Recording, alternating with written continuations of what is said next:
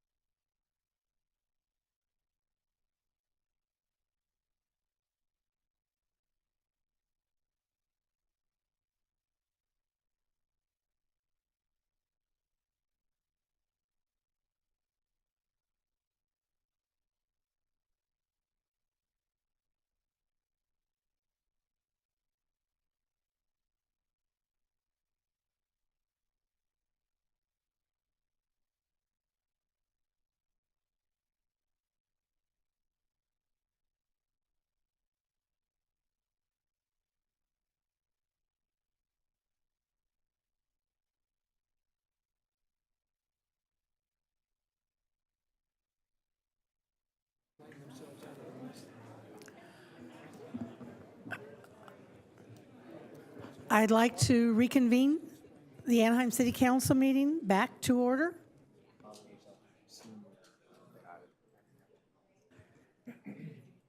Madam Clerk, will you please call roll? Thank you, Mayor Pro Tem. Councilmember Diaz. Present. Councilmember Leon. Present. Councilmember Bacava. Present. Councilmember Meeks. Present. Councilmember Fessel. Present. Mayor Pro Tem Kurtz. Present. Let the record show we have 6 members present with Mayor Aiken absent. The first item on the agenda is an invocation that will be offered this evening by Pastor James Bove from Calvary Chapel in Anaheim. And following that, Councilmember Fessel will lead us in the flag salute.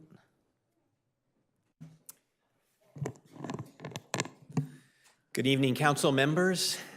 I am from District 4, actually. I live in District 4. And so congratulations, Mrs. Norma Kurtz, on your reelection.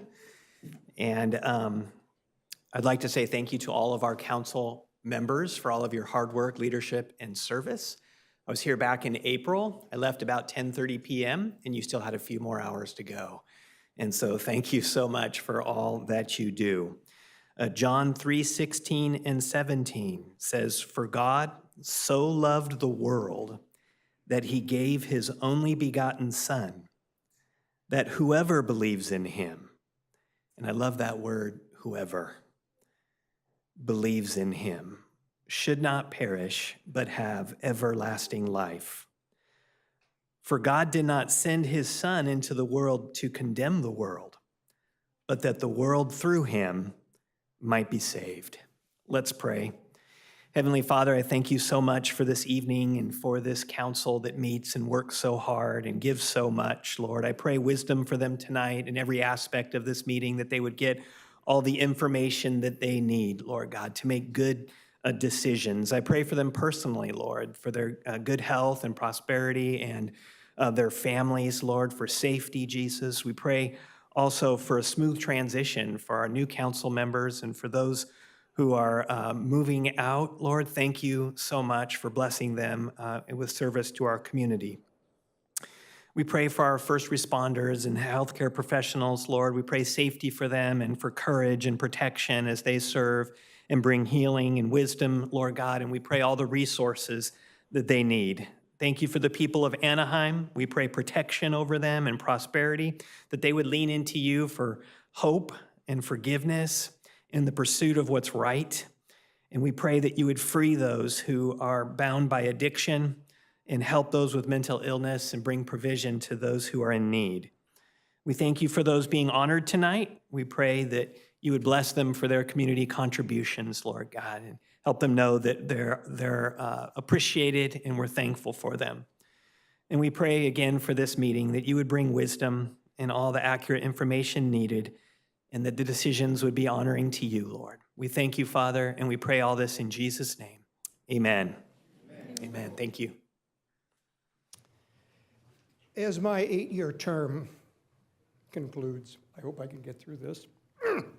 I've been tremendously honored to have had the opportunity to lead Anaheim in the flag salute whenever my turn came up.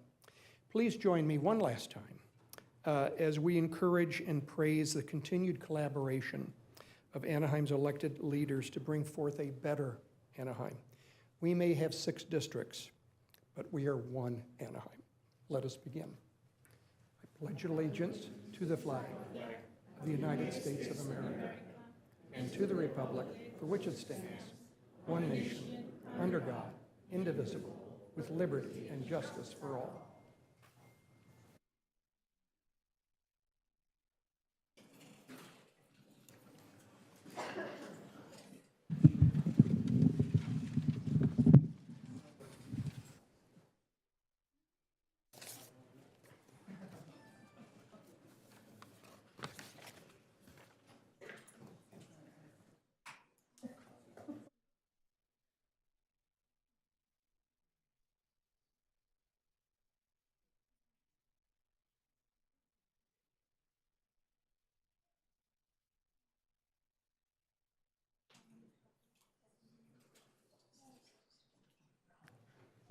Today we honor the exceptional careers of our retiring Anaheim employees. We celebrate not just their years of service, but the lasting impact they've had on our city, its residents, and its future. Each retiree has dedicated much of their life to public service, whether through essential services, supporting colleagues, or ensuring everything runs smoothly. Their work has been key to Anaheim's success, touching countless lives.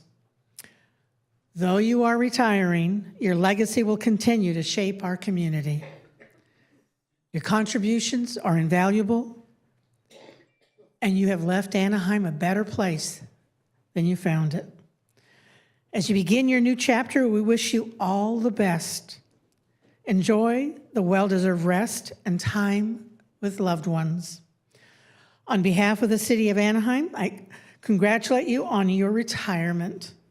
You will always be a part of the Anaheim family. So Sergeant Michael McAlpine, Leo Aguirre from our Parks Services Coordinator, and Stephen Stower, who could not be with us today. But could the other two please come up, Council?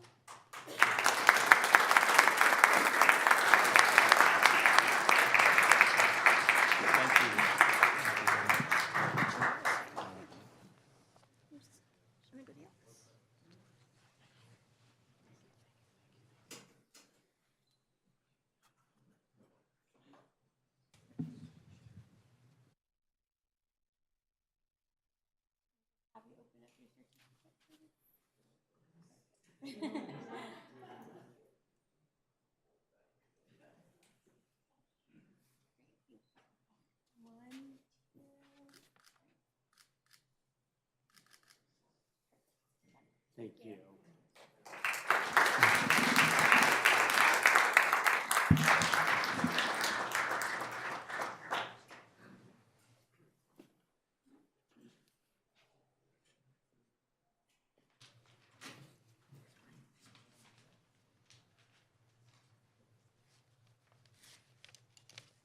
And next, we will recognize the Anaheim Fall Festival committees for the 100th anniversary of the Fall Festival Parade.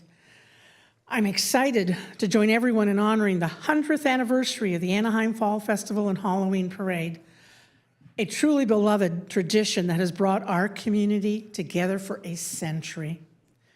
This milestone reflects Anaheim's rich history, neighborhoods, and the creativity of our people. As we mark this incredible centennial, it is only fitting that we take a moment to recognize and thank the Anaheim Fall Festival community, whose dedication has made this event what it is. Generations of families, local artists, and performers have contributed to the celebration, and none of this would be possible without the vision and hard work of the community members. Your passion and creativity have revived this great event and made it even better. From the parade, to the vendors and entertainment, you've created an unforgettable celebration that honors the past and embraces the future. The Fall Festival and other great Anaheim events don't just pop up. They are a result of months, often years of planning and teamwork. On behalf of the entire Anaheim community, I extend a heartfelt thanks to you, to the team, and here's to another 100 years.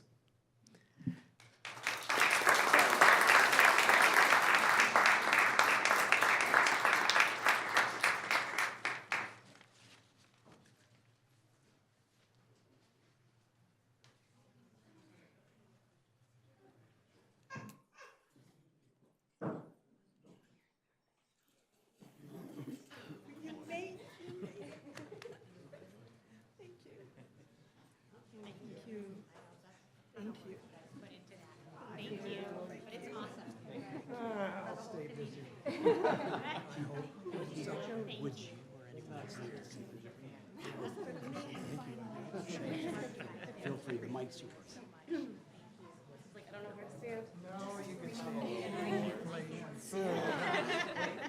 We might want to do two rows maybe or something. The short folks, Rosa?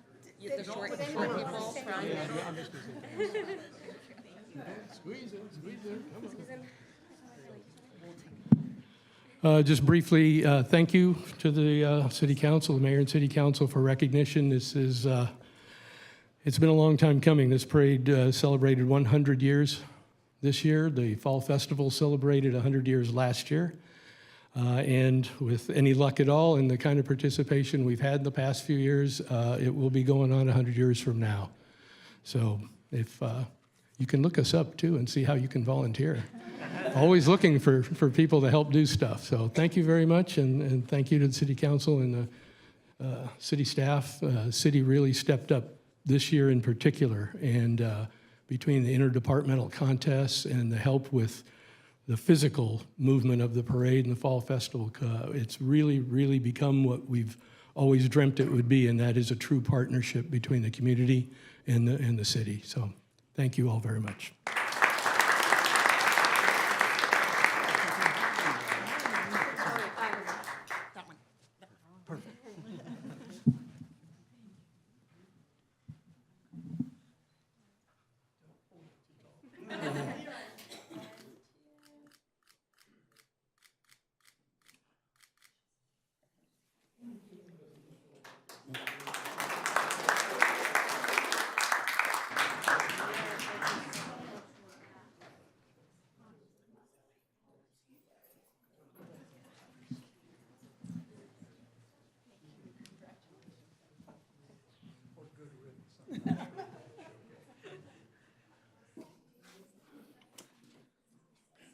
As we've already mentioned, it was the 100th anniversary of the parade. This year was very special to some of our city departments. For the first time ever, we had floats, city manager's office, the city of Anaheim at large, public works, public utilities, convention center, and housing and community development. And if you saw the parade, you know they worked hard on those floats. The winner for that evening was Public Utilities. So I want to give them a round of applause. Public Works, I'm sorry. That's because I voted for Public Utilities. Public Works, congratulations. Yeah, Public Works! Come on up. Can we have representatives from all those departments come on up, please? Duku, since you're here, you know. Come on. Come on up. Mr. City Manager, Mr. Rockstar here, where is Tom Morton? Oh, Come on, Tom, come on down here. no, where is he? Sorry about that.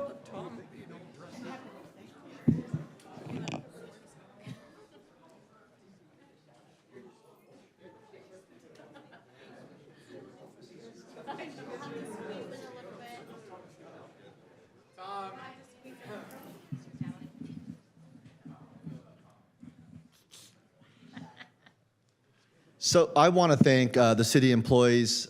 We already know how hard the people of this organization work for our residents every day.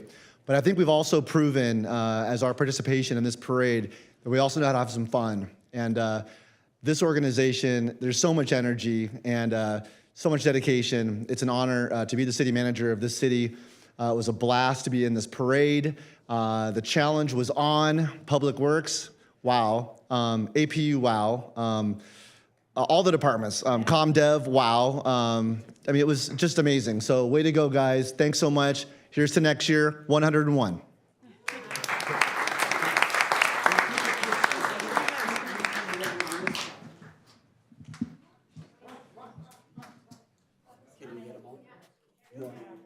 Duku.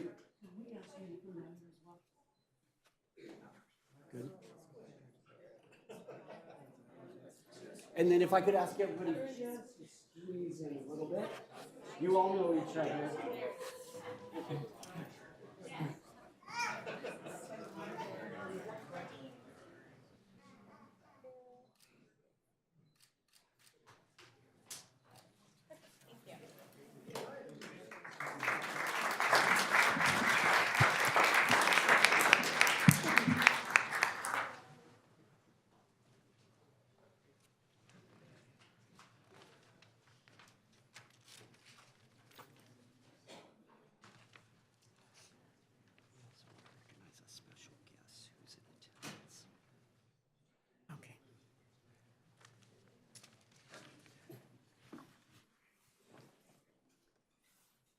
Now we want to recognize Yesenia Rojas for her appointment as a local migrant deputy for the state of Guanajuato, Mexico.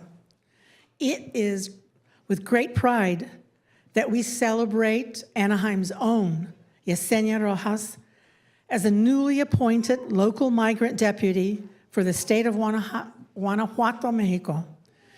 This is an incredible achievement, not only for Yesenia, but for an entire community in Anaheim who call Guanajuato their first home.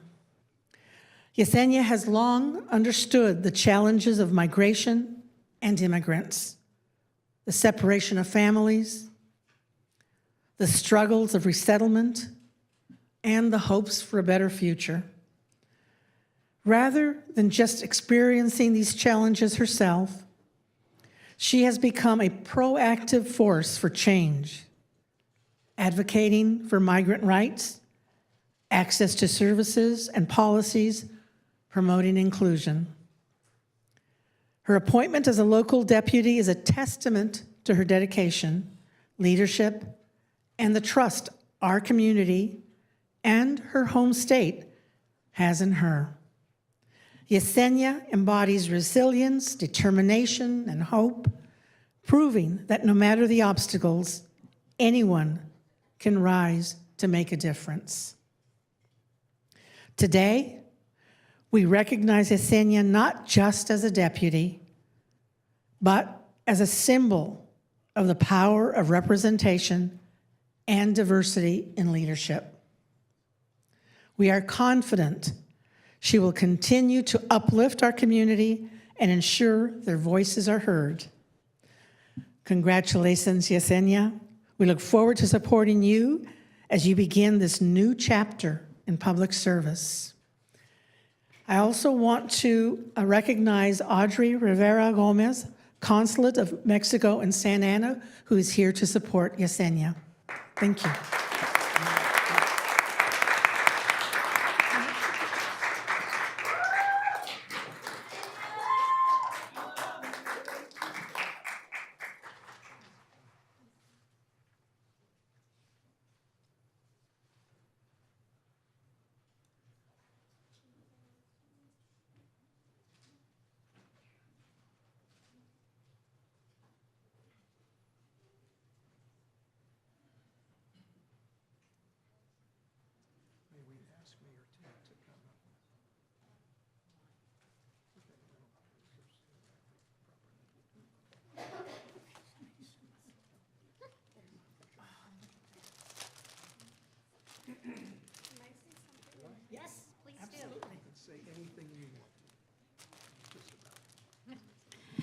Buenas tardes. Good afternoon, everybody. I'm so blessed to be here with all of you guys. Mayor Tay, will you enjoy us today, please? Thank you. Nuestro exalcalde, le pido que nos acompañe. Es un honor. It's really an honor for me to be here today as an immigrant, as a daughter from parents who came to Anaheim to give us a better life. I'm standing here very proud to call and to be together with you guys. Me siento muy orgullosa de estar hoy día aquí con todos ustedes. Me siento de verdad muy honrada porque mis padres, siendo migrantes, me trajeron a esta ciudad cuando solo tenía entre 9 y 10 años. My parents brought me to Anaheim when I was like 9 to 10. And all I can tell you is that we have to work together and we have to move forward. Thank you, Anaheim. Thank you, council members, Mayor. Mayor is not here today, but I wanted to say thank you to all of you guys. Mayor Tom Tate, thank you for all your support. Muchas gracias por todo su apoyo y trabajando juntos podemos hacer una gran diferencia. If we work together, we can make something totally different. We have to be united because times in January, we have to work together for all our families. Tenemos que trabajar juntos porque en enero viene un tiempo donde tenemos que trabajar en unión. Muchas gracias. Thank you so much. And we have to work together because we need from each other to move on. Thank you. Thank you again and I'm so honored to take this with me. Thank you. I have a little present for all of you guys. Les tengo un pequeño regalo de mi tierra, de mi estado, un pequeño regalo para mis concejales, para que se tomen su café ahorita en el tiempo del frío.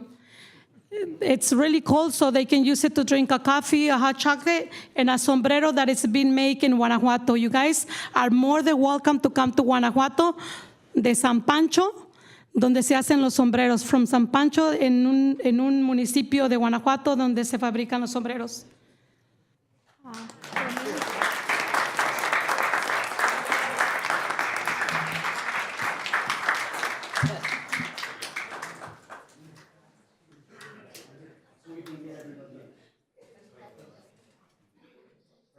And if I could ask everybody to squeeze in. Yes.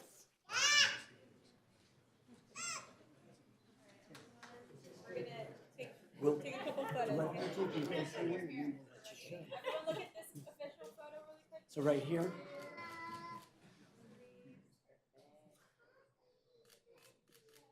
Great, now if you can hold for cell phones.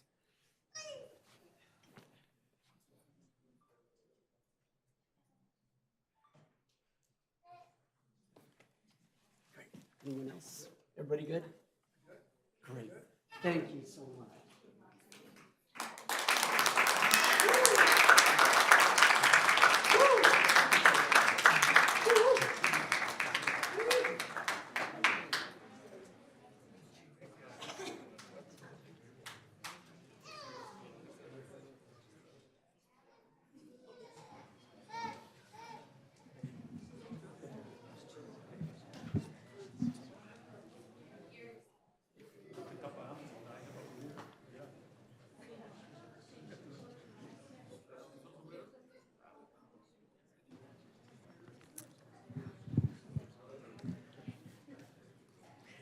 Today, I want to recognize the extraordinary efforts of Anaheim Fire and Rescue during Hurricanes Helene and Milton.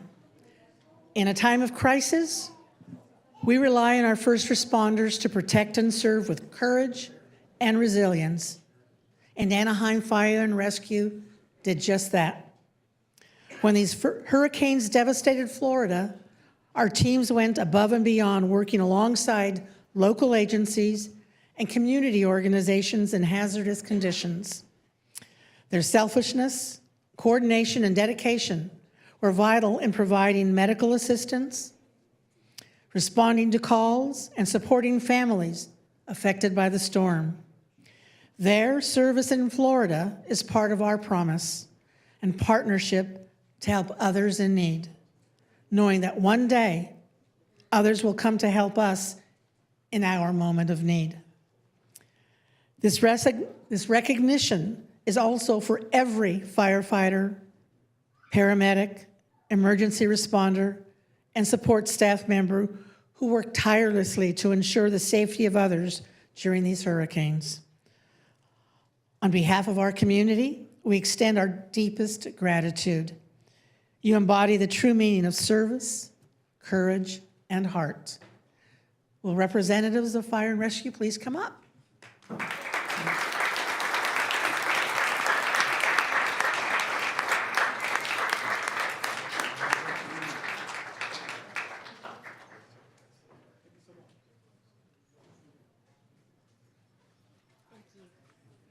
Good job, guys.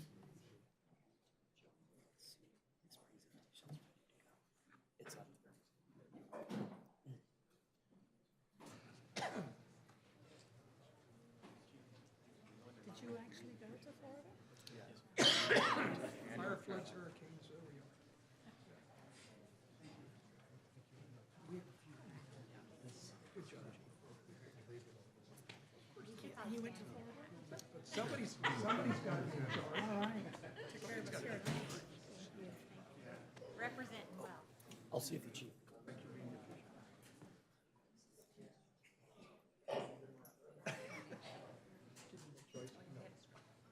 Great. Everyone will squeeze in for a photo. Everybody come in tight. Got him.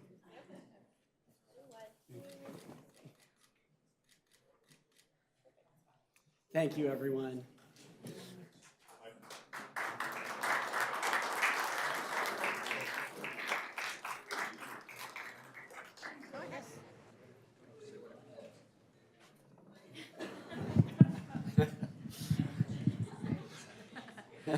Thank you. Thank you, Mayor Pro Tem, and members of the City Council and city staff. For those of you that might not know, FEMA Task Force 5 is one of 8 federally sponsored urban search and rescue teams here in California, 29 nationally, that they respond on a moment's notice to any natural or man-made disasters. One of the challenges when we deploy our members, and we have 2 of the 10 members here that deployed, is we always make sure our home base is covered here in Anaheim, that we have enough USAR folks to staff our stations every day. Their assignments, they were there for approximately 3 weeks. They left on September 27th to Hurricane Helene, and then to Hurricane Milton, was to search and rescue, improve and stabilize buildings, and tragically body recovery. So I'm very proud of these individuals. Their hours of training, they're constantly training and always ready to respond to Anaheim, to the state of California, and nationally or internationally. Thank you, guys.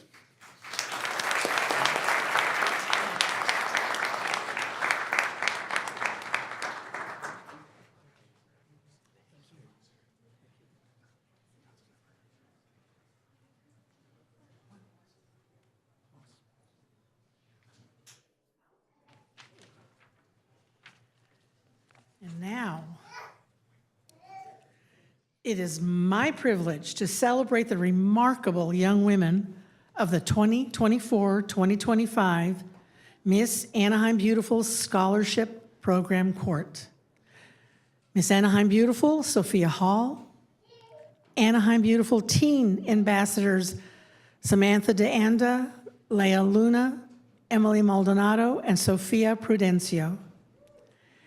These young women embody leadership, excellence, and a deep commitment to their communities.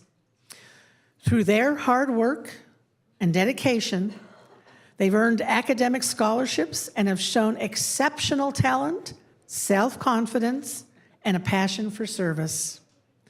Beyond their academic achievements, they have made a positive impact through volunteerism, advocacy, and inspiring others. And as we celebrate their accomplishments, we also recognize the support of their families, mentors, and teachers who have helped them along the way. To the Miss Anaheim Beautiful Court, your hard work has not gone unnoticed. You are shining examples of grace, intelligence, and determination. And you're setting a powerful example for others to follow. We look forward to the bright futures ahead of each of you. Thank you for all you do to enrich our community. Girls, come on up.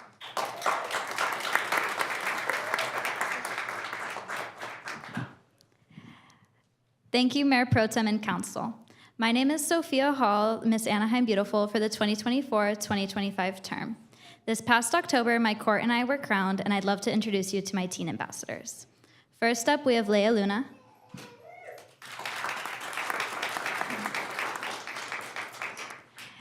Next, we have Emily Maldonado.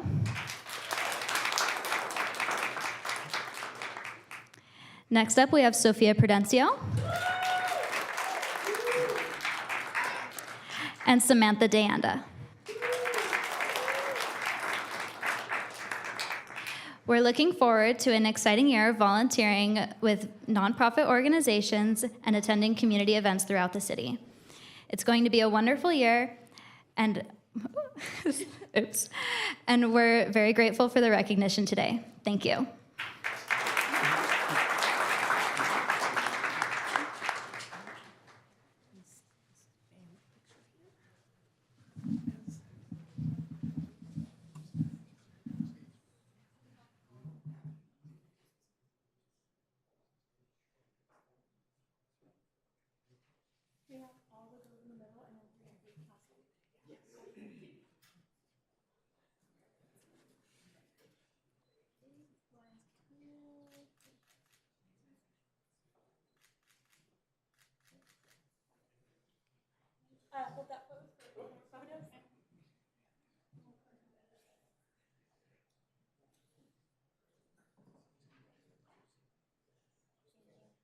Thank you, everyone.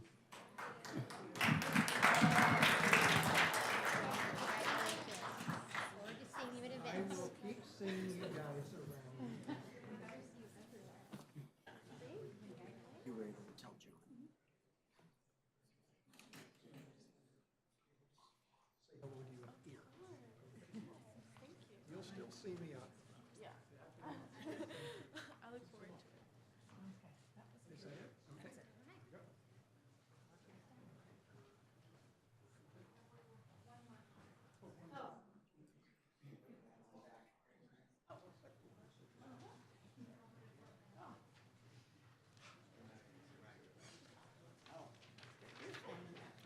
Turn the page. Okay, earlier we recognized Anaheim Fire and Rescue. Now, I'm proud to celebrate an extraordinary achievement by our Anaheim Police SWAT team. They were named the 2024 Team of the Year by the California Association of Tactical Officers. This recognition honors our SWAT team's exceptional skill, dedication, and professionalism in high-risk situations. The team's ability to respond with precision and coordination reflects the highest level of bravery and strategic thinking. The strength of our SWAT team lies not just in individual expertise, but in their teamwork and commitment to serve and protect. They train together, support one another, and hold each other to the highest standards. We also recognize the leadership of Chief Rick Armendariz and the entire Anaheim Police Department, whose dedication ensures our SWAT team is always ready. To the Anaheim Police SWAT team, thank you for your service. You represent the best of law enforcement, and it is an honor to recognize you today. Congratulations on being named 2024 Team of the Year, and thank you for keeping us safe.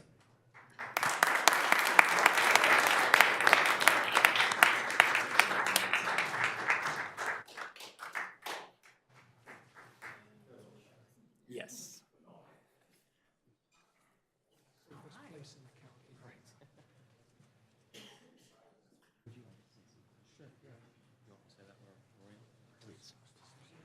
While the team's coming up, I do want to say a few words. So obviously, we're very proud of our SWAT team here in Anaheim. They were founded back in 1975 and have a long-standing tradition and custom of always serving. Just last year alone, they served 25 high-risk search warrants. They responded to 16 incidents where individuals were barricaded and 2 hostage rescues. The team is comprised of a captain, 3 lieutenants, and 28 operators that dedicate their time to this community. It's not a full-time team. They do this on a collateral basis. So they have actually primary responsibilities, whether it's being a detective, a patrol officer, working as a motor officer. But when the bell rings, they all gather and respond. And I get asked, you know, who does the police department call whenever they're in trouble? It's the team behind me, and they're filled with a bunch of rock stars. We're very proud and grateful, so thank you for the recognition. We appreciate it.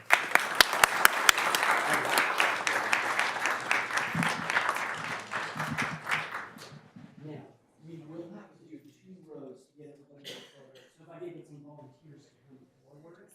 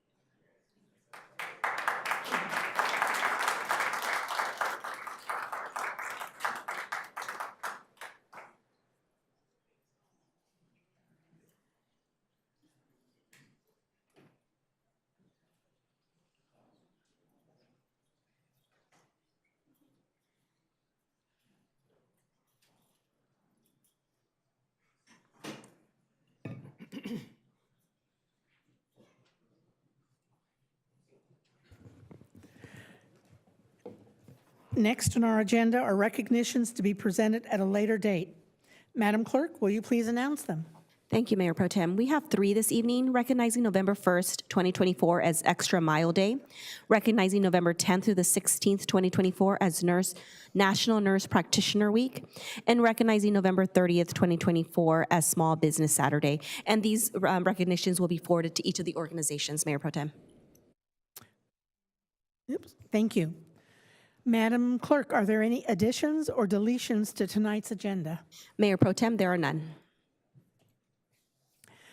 Madam City Clerk, can you please outline the public comment procedures and call forward the first speakers addressing the agenda? Thank you, Mayor Pro Tem. Speakers have 1 opportunity to address the City Council, except for the scheduled public hearing. The first public comment period is limited to 90 minutes or until all agenda item speakers have been heard. Any time remaining of the 90 minutes will be provided to speakers who wish to speak on any non-agenda related items but within the Council's jurisdiction. A second public comment period will be opened by the Mayor Pro Tem only if any non-agenda item speakers were not heard during this first public comment period, and it'll be open at the end of council business. The time limit for public comment is 3 minutes per speaker. Those wishing to address the City Council must complete a speaker card, which are available at the back of the council chambers. The name and contact information on the speaker card is optional. Any unidentified speakers will be called by the speaker card number. And I would also like to announce that Spanish interpreting services are provided at every City Council meeting. Simultaneous Spanish interpretation is provided through the use of headsets, and consecutive interpretation is available to anyone who would like to address the City Council. For translation services in other languages, we ask that you please contact the City Clerk's office at least 48 hours prior to the scheduled meeting. At this time, I'd like to introduce our interpreter who will make the same announcement in Spanish. Buenas noches. Se proporcionan servicios de interpretación al español en todas las reuniones del Consejo Municipal. Se proporcionan interpretación simultánea al español a través de audífonos y la interpretación consecutiva está disponible para cualquier persona que desea dirigirse al Consejo Municipal.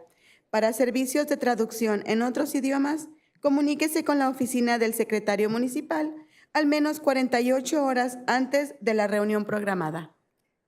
At this time, on behalf of the City Council, we'd like to remind the public that Anaheim remains committed to freedom of speech, and we ask that speakers address the City Council with civility and refrain from making personal, threatening, abusive, slanderous, or profane remarks towards any member of the council, staff, or general public.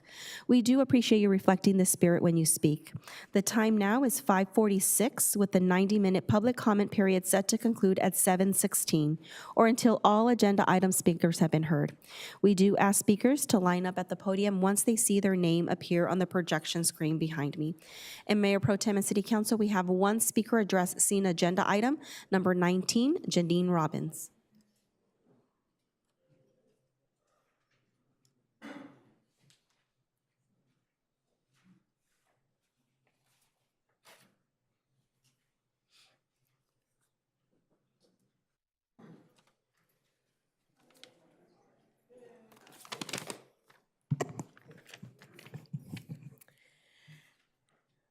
We have a crisis that does not discriminate by race, gender, or age.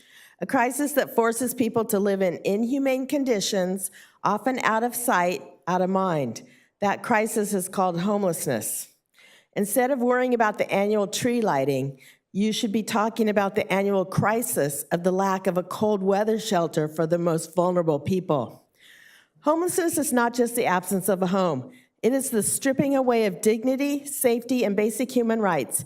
It reflects a broken system, one where compassion is overshadowed by apathy, and where the most vulnerable in society are left to fend for themselves in the harshest of conditions. The challenges of homelessness are not confined to the weather alone. The authorities, Anaheim PD, Code, are taking their blankets, tents, and clothes, those simple items that make survival possible. The most basic response of providing warmth and safety is lacking. The individuals are left to battle the elements beyond their control, exposed to the severe risks of frostbite, hypothermia, and even death. And this council is the absolute worst of the worst. You are engaging in a forced migration of the unhoused and the impoverished. The constant harassment and lack of alternative housing for the homeless population creates a trend that can only be called a forced migration. This pushes the homeless into other neighboring cities where they are also unrepentant, uncaring, and unprepared.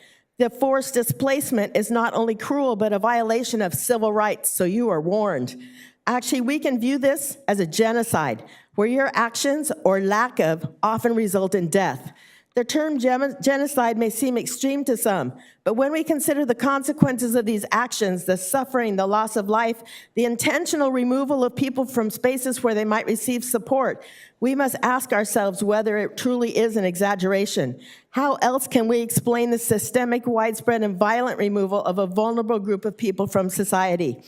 You are removing people, stripping them of their autonomy, their security, and their basic right to live in a place where they can find care, shelter, medical assistance, and the opportunity to rebuild their lives.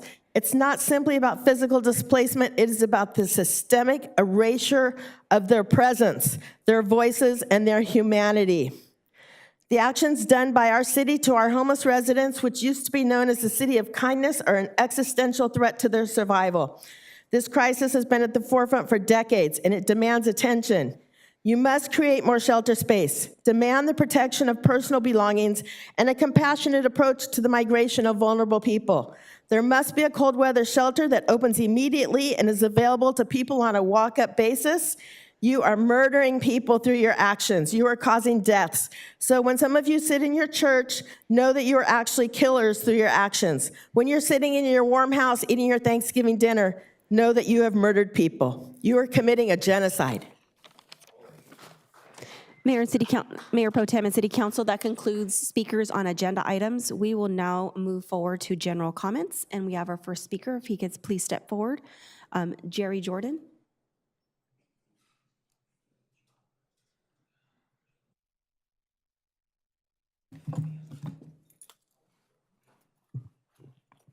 Thank you.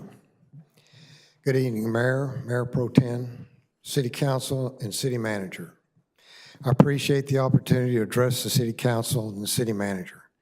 For members of the public who may not know my name, my name is Jerry Jordan, and I am the President and CEO of the Anaheim Chamber of Commerce. I would like to first state to the community on behalf of the Chamber Board of Directors that we are sorry that we did not have adequate controls in place to prevent and catch the misdeeds of the past leadership. Like the city changed course after the former mayor, the Chamber has changed course after the former CEO. The city and the Chamber were both here for over a century before their preceding leaderships, and both the city and the Chamber will be here long after them. For the past 130 years, the Chamber has played a vital role in Anaheim. The Chamber raised the funds for the city's first public library building across the street from here in 1906. This year marks the 100th anniversary of the Chamber bringing national attention to Anaheim with an award-winning Rose Parade float. This year also marks the anniversary of the Chamber launching the Anaheim Halloween Parade.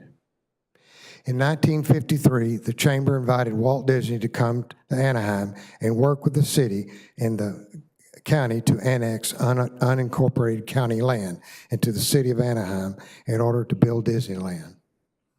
Anaheim and its residents are successful when the city government and the business community cooperate. To that end, I would like to introduce Chamber 2.0. Like the city, has adopted reforms and controls to prevent another scandal. Board review, item 1, board review and approval is required for CEO actions. Board members regularly turn over to bring fresh perspectives. Regular audits of chamber finances are now conducted. There's now an enhanced focus on small and medium business. This allows us to focus on a mission of advancing Anaheim's economic prosperity. To achieve that, we will encourage a business-friendly environment and support commerce and industry. We will keep the business community informed and promote our members' events and community programs. Our membership must grow in order to ensure a cross-section of Anaheim businesses are represented, and we will provide them with networking and educational processes in business development. We will advocate for business-friendly policies and will collaborate with the U.S. Chamber, Cal Chamber, OCBC, and other groups. Recognizing the unique needs of the resort, we will help small and medium sized businesses there find additional business opportunities Mr. Jordan, and prospective employees for good-paying jobs. Mr. Jordan, I'm sorry. The chamber is an important pillar of the community, which is reflected in our new logo. And I would Mr. like to Jordan? again thank the council for the opportunity to introduce the Chamber 2.0.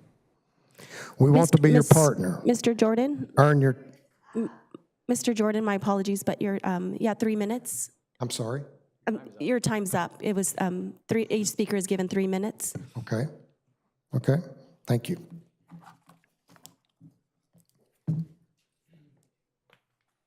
The next speaker, they can please step forward. City Council, Ruben Soto here. You know I'm totally against drinking and drugging because I used to do that a lot. And my sister told me a long time ago when I started this talking about wherever I go, I'm totally against it, especially with the children. I've been harassed, beat up, but now that she told me as long as you could save one life from drinking and drugging, it'd be worth it. And now I'm just done with it. Getting tired of being harassed by the cops. And I just fucking hate it. Excuse my language. But anyway, a long time ago, Anaheim police arrested me, put me in jail, and my cube was Fox, okay, bed 11. And I didn't do the crime, but they arrested me to look at my phone. They had emailed to Trump when he was president. And one of the things I told him about the committee of your schools that does the deciding what your kids do, like anal sex and all that shit, forgive me, in schools at 5th, 6th grade. I told him that's wrong. You know, teach them homosexual things. I told him you need to give it back to the parents and get rid of those committees. And I got a thing from Fox News friends that's what he's doing. So, you know, things that I've sent him, because I know he's taking care of them. That's all I got. Thank you.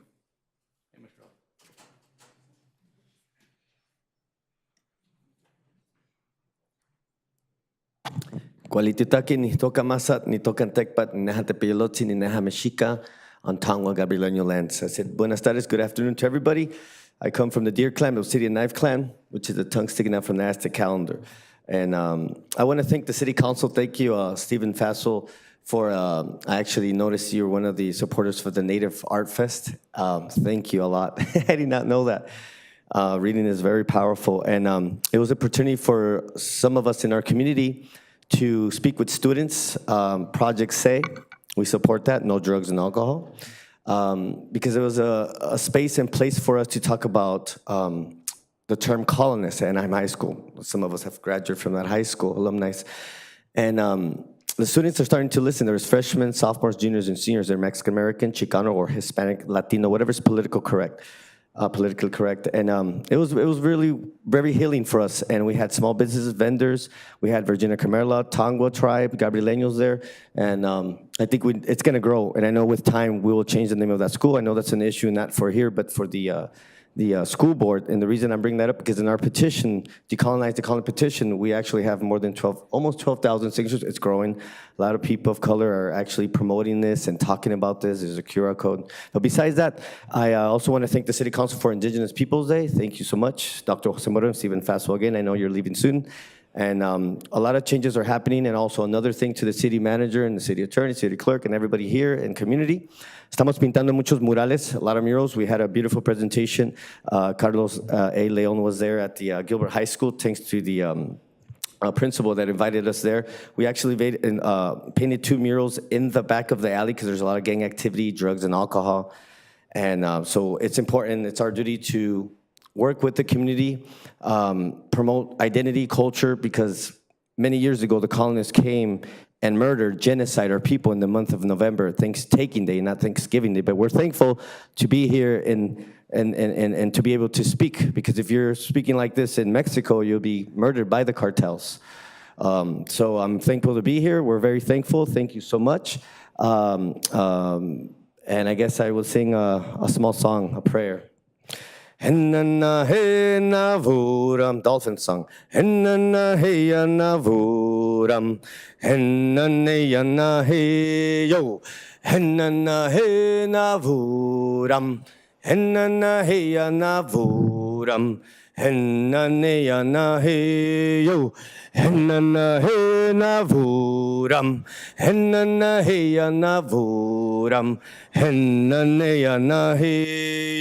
It's a dolphin song. I learned that when we walked to the White House, fighting for sacred sites with a lot of federally state-recognized tribes. Thank you so much for supporting the murals. Thank you.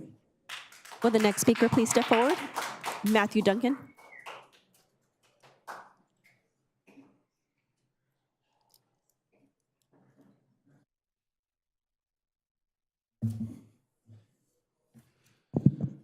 Matthew Duncan, as you know by now, I'm a guy who has made connections with many animals, both domestic animals such as pets, probably like many of you, or dogs or cats. I have 2 rescue dogs at home. One is a street dog from Fontana, hit by a car, dislocated hip, shot with a BB gun, teeth knocked out.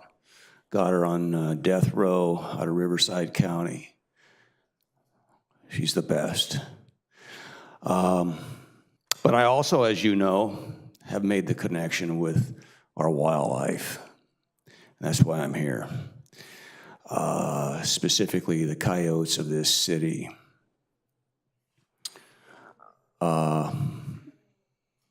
As a kid, starting in 4th grade, as I've told you, I became an advocate and very interested in our coyotes in Anaheim. And I monitored coyotes under the Edison power lines that run parallel north of Ketela, at the Majeska Park, at the Santa Ana River, which ironically, those places are places where your trapper has trapped and killed coyotes. And the issue I have with those coyotes being trapped now is that those coyotes could be descendants of the coyotes I knew back in the 1960s, 70s, and 80s. For example,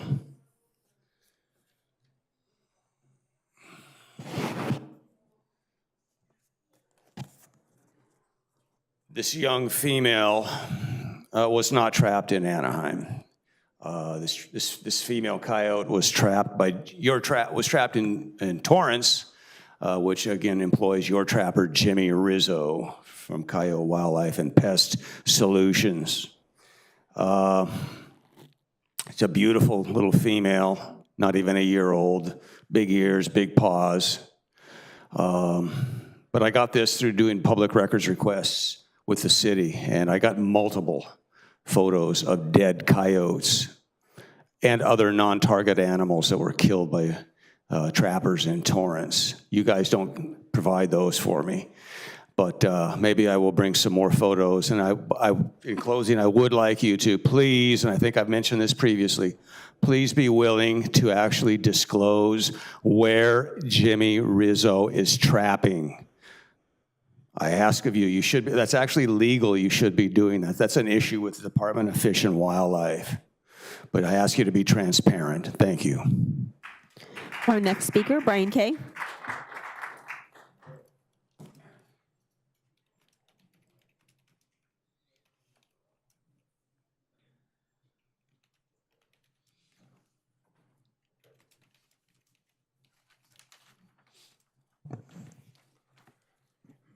Happy day. So, in response to and as a result of my speaking, somebody wrote a letter, and it's not just me, it's other people who've accomplished some things.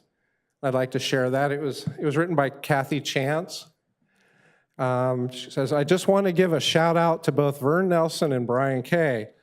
Vern had a music gig at the Westin Anaheim this weekend, and I asked that he check in on a homeless senior citizen on the Westin bus bench, which he did. Thank you, Vern. I'd also like to thank Brian Kay for his continual goodwill public comments at city council meetings. Brian continues to explain to the city council that we are your friends. We love and want to protect Anaheim, and that's why many people take the time to come in person at the city council and write emails. And thank you, Matthew Duncan, for saving our coyotes. Super yay, everything you say is correct.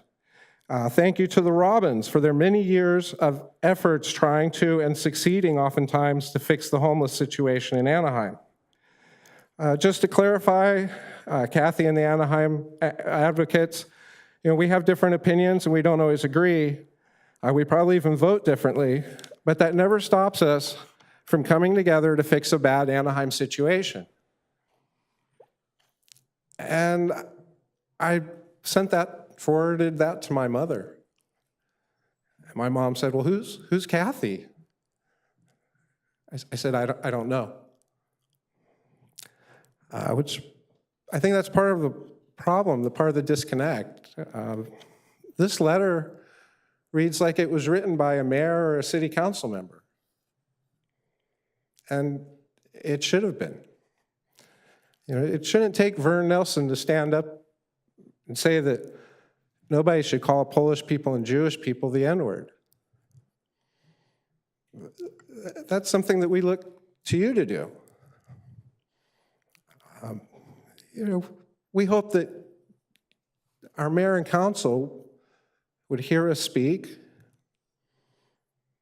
go out into the community that we live in and address these issues. We gave you the chance to be the hero, and you weren't. There was a gentleman who spoke here, John Spring. He's talking about human trafficking, and I filed a report with the FBI on his behalf. Within 24 hours, the young woman was taken off the website. She hasn't returned. And it's kind of a shame. She reached out to you and asked you to be her hero, and each and every one of you let her down. So I'm here kind of again to remind you and share with you the opportunity that you have Mr. to Kay? be the hero of the people of Anaheim. That's why we come down here. We love you. Mr. Kay, I'm sorry. Hope your you'll be time is up. grateful and thankful. Happy day. Our next speaker, Mike Robbins.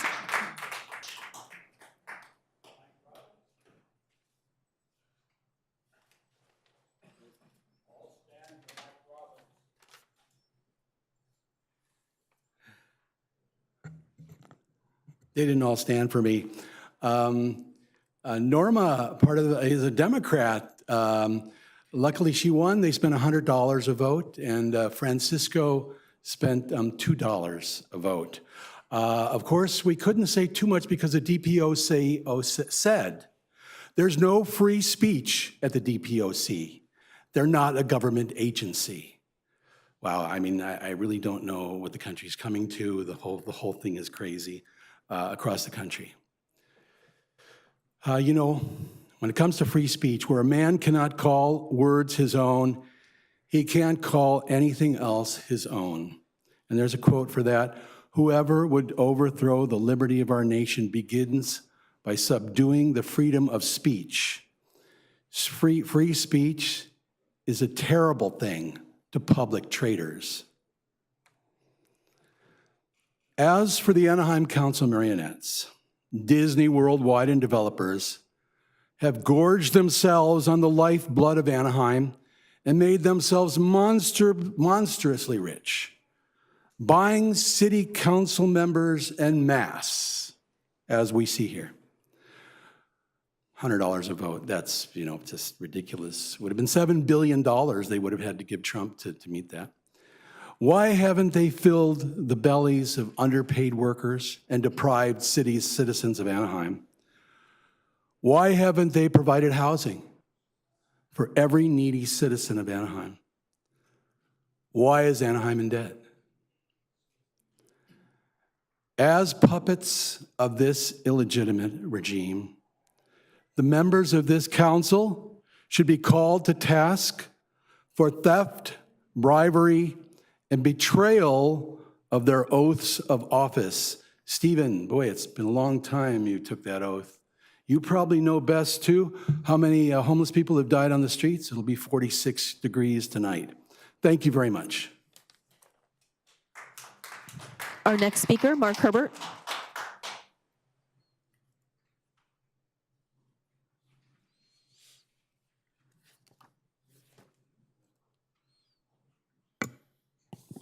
Mark Herbert, AnaheimGrease.com. I finished noting the 1029 council meeting on the approval of the Deer Canyon project.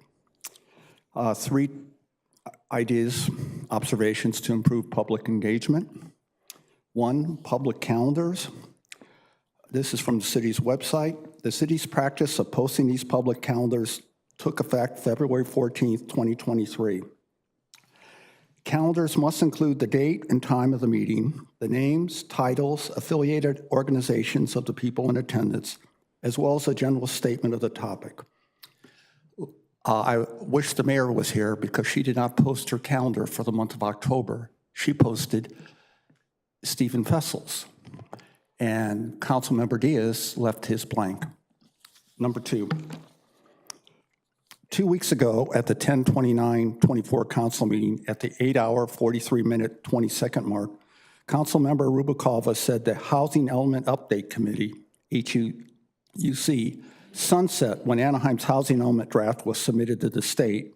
Correction, the mandate for the Housing Element Update Committee, HEUC, states on the Anaheim's website, the HEUC for the 2021 through 2029 Housing Element Update Project will serve in an advisory capacity to the city staff and consultant team throughout the process. I have to go on to number 3. At the 8-hour, 13-minute, and 35-second mark, Councilmember Fessel said the SALT development was his first recollection of the city staff recommending against a project of, quote, this type. He said it was the decisive reason why he voted against the project. Councilmember Fessel made a point to say that the staff was, quote, damn brave to, quote, stick their neck out in not recommending this project. Definition of bravery: the quality or state of having or showing mental or moral strength to face danger, fear, or difficulty. Why did he say this? It took bravery to execute their daily work as city staff. Left unanswered is how and why the staff has been pressured to improve projects of this type. When the staff's research proved otherwise, who applied the pressure to these projects? How, why, when? Has there been an investigation to see what other projects were subject to such pressure? Who was responsible? Did this originate outside City Hall, inside City Hall, or both? Has Mr. Fessel spoken with the FBI about this? Is the culture of Sidhu still present in the City Hall? Well, I'd like to go on, but time to go. Mayor Pro Tem, that concludes our in-person speakers, noting for the record that we did receive 4 general comments that were distributed to City Council as well as posted on the city's website. Thank you. We will now close the public comment portion of this meeting and move to council communications.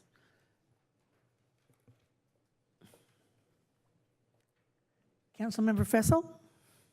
Thank you, Madam Mayor Pro Tem. I just want to again congratulate my friend of 8 years, Yesenia Rojas. 8 years ago, we did not exactly see eye to eye, but I learned a lot in those 8 years, and I was very taken and proud of her work, and those in Mexico felt the same way because they now utilize her as a representative of the state of Guanajuato. I can't be happier for her as she's coming into service of the community officially. I'm exiting, so there's probably a story there somewhere. But congratulations again, Yesenia. Great job, good work. Thank you.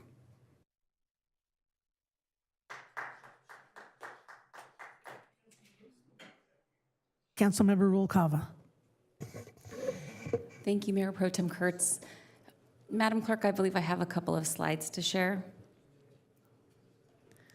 So as many of you know, female initiatives are things that are important to me. So I just want to highlight some of our female police officers. On October 19th this year, a 9-person team of all female officers traveled to Henderson, Nevada to compete in the first responder relay race hosted in the U.S. Police and Fire Championships. The race was a relay between 9 runners and 2 cyclists who completed 48 miles around Lake Mead into the desert. This was the first time the Anaheim Police Department created a women's team for the event. The last women's team was in 2019 with the name 8 Percenters, due to females only making up 8% of sworn officers in the department. Today, in 2024, 5 years later, the women's team is named the Running Angels, the hashtag 10%ers, as the percentage has grown to 10%. And more qualified female representatives are working for the Anaheim Police Department. I just want to highlight that we do hope that this percentage continues to increase over time. I'm not sure 8 to 10% over 5 years is significant, but I'd like to see that number grow as I'm in office here. So I wanted to highlight our Running Angels. Next slide. I also had the honor of attending as a guest of one of our Bill Taramina, who is a person who has done a significant amount of work here in the city of Anaheim. He purchased a table at the Girls Inc. College Bound program, which is an initiative to motivate young women to enter different professions. I also just want to mention a couple of our first responders who attended the event. I'm a big believer in if you can see it, you can be it. We have somebody from the Orange County Fire Authority, as well as somebody from Anaheim Fire and Rescue, and many business people who attended as well. Next slide. I also was grateful today to join my council colleague, Councilmember Leon, for the opportunity to attend a breakfast with Mexico's ambassador to the United States, Esteban Barragan. We discussed opportunities for enhanced economic collaboration between Orange County and Mexico, with ways to improve supply chain resilience, foster innovation, and improve bilateral trade.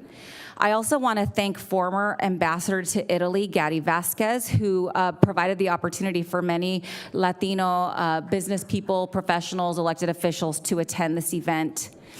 So thank you for that. So in an effort, I know we've been talking about this in an ongoing effort, and I want to thank our city manager for really listening to council's direction. But as part of our ongoing work to restore our public spaces, we cleared out about half-a-mile stretch along the 91 freeway this past weekend in Anaheim's District 3. About 25 people were cleared from unsustainable and inhumane conditions alongside the freeway where no one should ever have to live. And I know Councilmember Meeks, that has been a major priority for many of us on this council. We had a team of social workers on hand to work with everyone one-on-one, with more than half accepting offers of shelter, substance abuse recovery, and other services. The clearing and outreach is part of our ongoing work to restore public spaces in Anaheim. In the past few months, we've cleared parks, sidewalks, bus stops, railways, and other places, offering help to everybody we encounter. There is not one person who has been approached who has not been offered resources. And I know many of the people who came to council today have had issues with the work that we're doing here in Anaheim. However, I'm really proud of the fact that we've invested a significant amount of our city budget to make sure that our unhoused population is provided with opportunities for housing.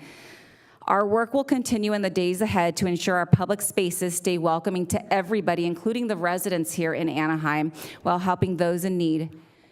So I just want to shout out to and give a thanks to everybody who participated. And I'm going to just name off the list of city employees who were part of this effort, as well as some of our partners in the surrounding area.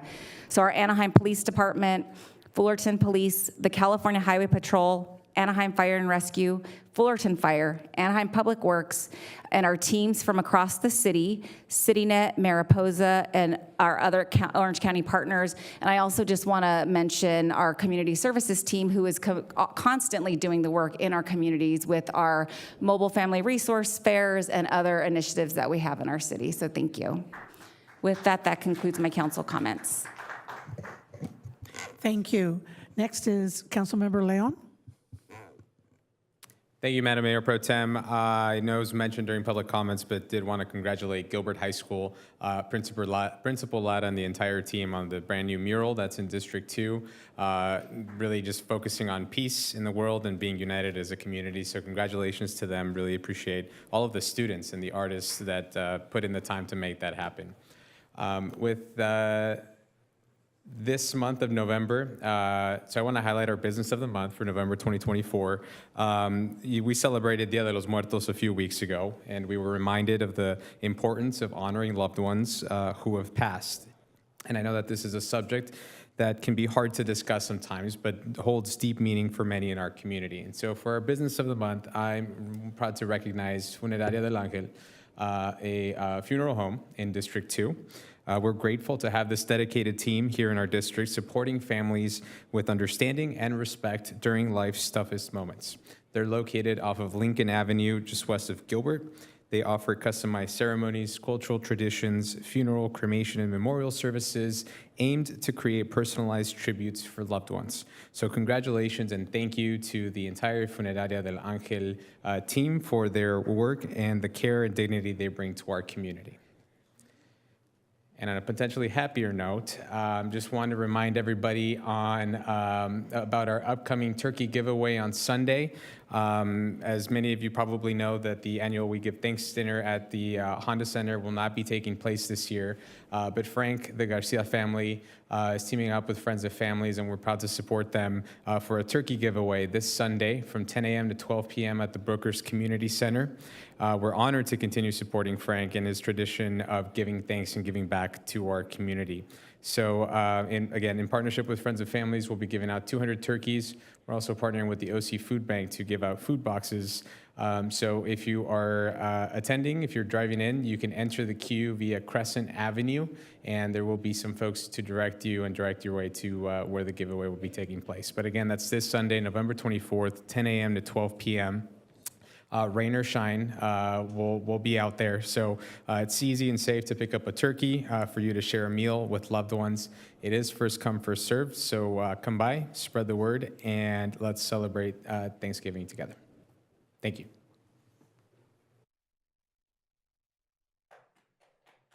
Thank you, Councilmember Fessel. Thank you very much, Madam Mayor. Per Assembly Bill 1234, I need to announce that I joined our city manager and the mayor this last week in Tampa, Florida, with about 2,000 other elected officials from across the country for the National League of Cities City Summit. I attended a number of sessions. I'll just read a few. Building bridges to trust and civility, community engagement. It starts with authenticity. There was a mobile workshop where we actually got a behind-the-scenes tour of the Tampa International Airport, actually to see how an airport actually works below what we see. They're doing a big expansion there. Another one, expanding energy sources for accessibility, affordable, and equity.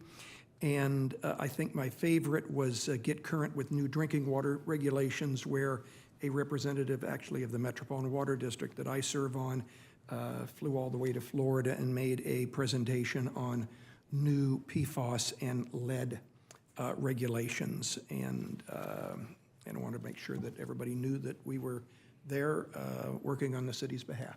Thank you. Thank you. Next, we will have time for the city manager's update. Mr. City Manager, do you have anything to report? I have a couple. Thank you, Mayor Pro Tem, Council, and the public. The city's Anaheim Budget Division produced a budget document for the 2024-25 fiscal year that earned accolades for its effectiveness as a policy document, financial plan, operations guide, and communications tool. The 24-25 fiscal year represents the 25th year in a row that the City of Anaheim has earned the Distinguished Budget Presentation Award from the Government Finance Officers Association. This award is the highest form of recognition in governmental budgeting.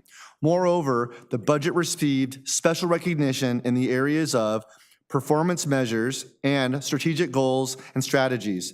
The Budget Award Program was established by this organization as an aid to assist governments in preparing high-level quality and meaningful budgets. The City of Anaheim's Budget Division values the feedback received through participation in the Budget Awards Program and is very proud to have received this meaningful award and special recognition. Congratulations to the Anaheim Finance Department for this very prestigious recognition.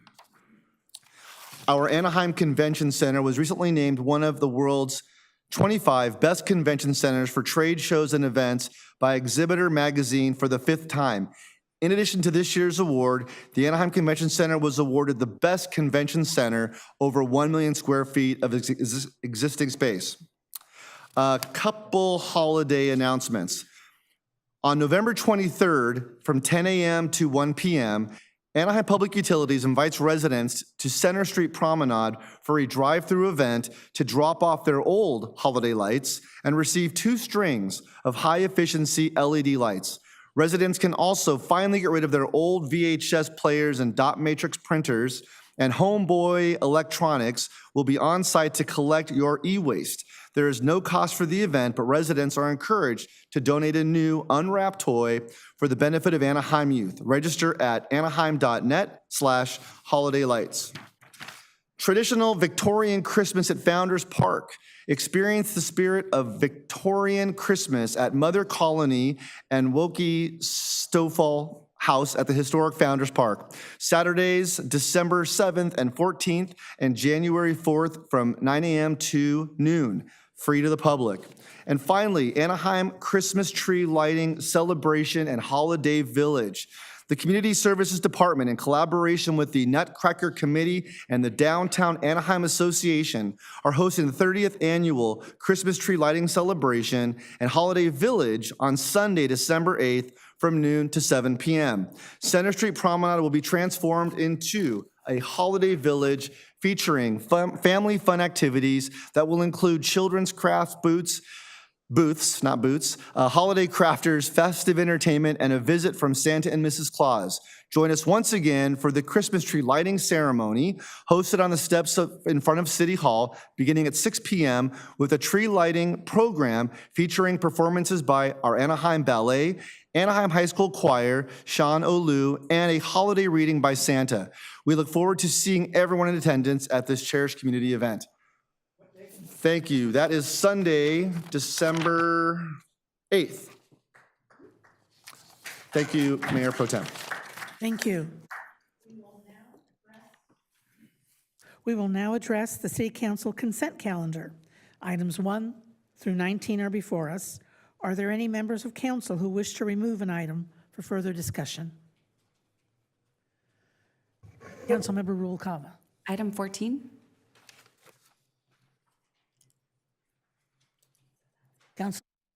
Councilmember Meeks. Item 9.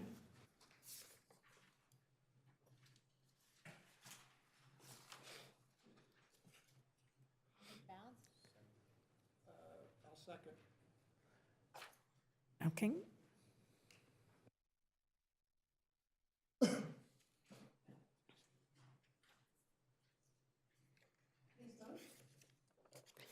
The consent calendar included adoption of 3 ordinances.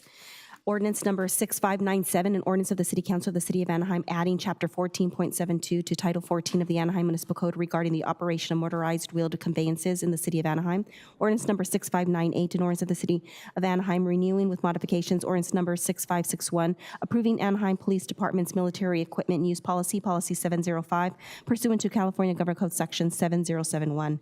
And lastly, ordinance number 6599, an ordinance of the City of Anaheim amending Section 13.08.020 of Chapter 13.08 of Title 13 of the Anaheim Municipal Code. And the vote is 6 ayes, no nays, with a recorded absence by Mayor Aiken. Motion carries.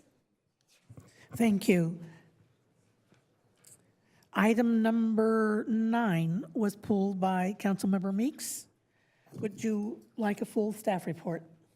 No, I just want to understand, because we adopted the community workforce agreement, but now we have this additional agreement that appears it could cost up to $1 million per year per consultant, 2 consultants. Can you give me maybe a little more breakdown of how much extra the community workforce agreement projects are costing than with projects without that? I didn't anticipate another potentially $2 million a year on our projects. Sure. Good evening, Council Member, or Mayor Pro Tem and council members. And Councilmember Meeks, thank you for the question. So the contract limits are $1 million a year, but the actual amounts will be based on budgets for the individual projects. And since we've used these consultants for the first term of the CWA, during that time we had CIP project construction costs in the vicinity of $273 million. And the cost of using these consultants to administrate that is about a little over $3.6 million, and that equates to about 1.3% of the costs of the projects.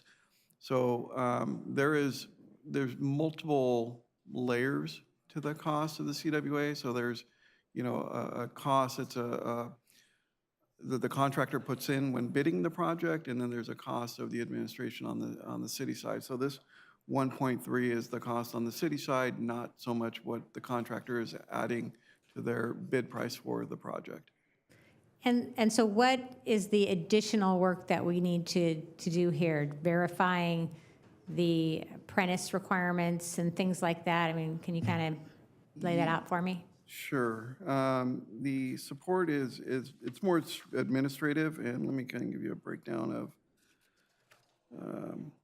but essentially it is, the paperwork that's supposed to be submitted from the trades, it's verification of that. If there's, they act as a mediator of sort when there's a dispute between 2 trades for a piece of the work. And then it's the final tracking of all the costs as well. So really, when we started the CWA, we had the option of either hiring more staff internally to do this work or use consultants on an on-call basis. And we chose to go with the on-call basis with the consultants. And so these consultants have a different role than our contract administrators that track all the other aspects of the project? That is correct. They're strictly focused on the administration of the CWA and the requirements that are outlined in the CWA for the city. Okay. I'll support it. It's just a surprise to me that it doesn't just fall under our contract administration. I was not expecting the additional fees. Councilmember Fessel. Thank you very much, Mayor Pro Tem. And just as an aside here, the Metropolitan Water District a couple of years ago also put in place a CWA, Community Workforce Agreement, that I was very supportive of. And Met does somewhere above almost $500 million a year in CIP. It's a contracting behemoth. And we just heard a report yesterday, as a matter of fact, that it's the cost the first year was about interestingly, about 1.3% to, above what we would have had it without. And for 24-25, it looks like it may come in under 1%. So just as an observation and to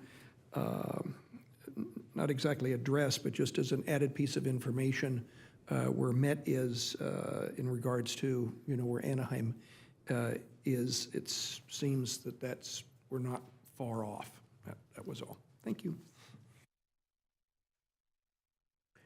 Councilmember Diaz. Thank you. this totally makes sense to me. The community workforce agreement is super complex, very complex. To achieve compliance, you have to have experts. You either have those experts in-house, which is more expensive, you account for the benefits and retirement, or you hire consultants. And the consultant in 2 years doesn't perform, you hire another consultant. So I fully support this, makes sense to me. Thank you. See no further discussion to a motion? I'll move the item.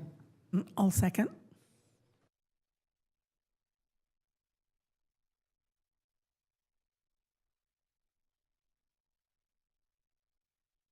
The vote is 6 ayes, no nays, with the recorded absence by Mayor Aiken. Motion carries. And Councilmember Rubalcava, you pulled item 14. Do you wish a full staff report, or you have a specific question? Thank you, Mayor Pro Tem. I would love a full staff report.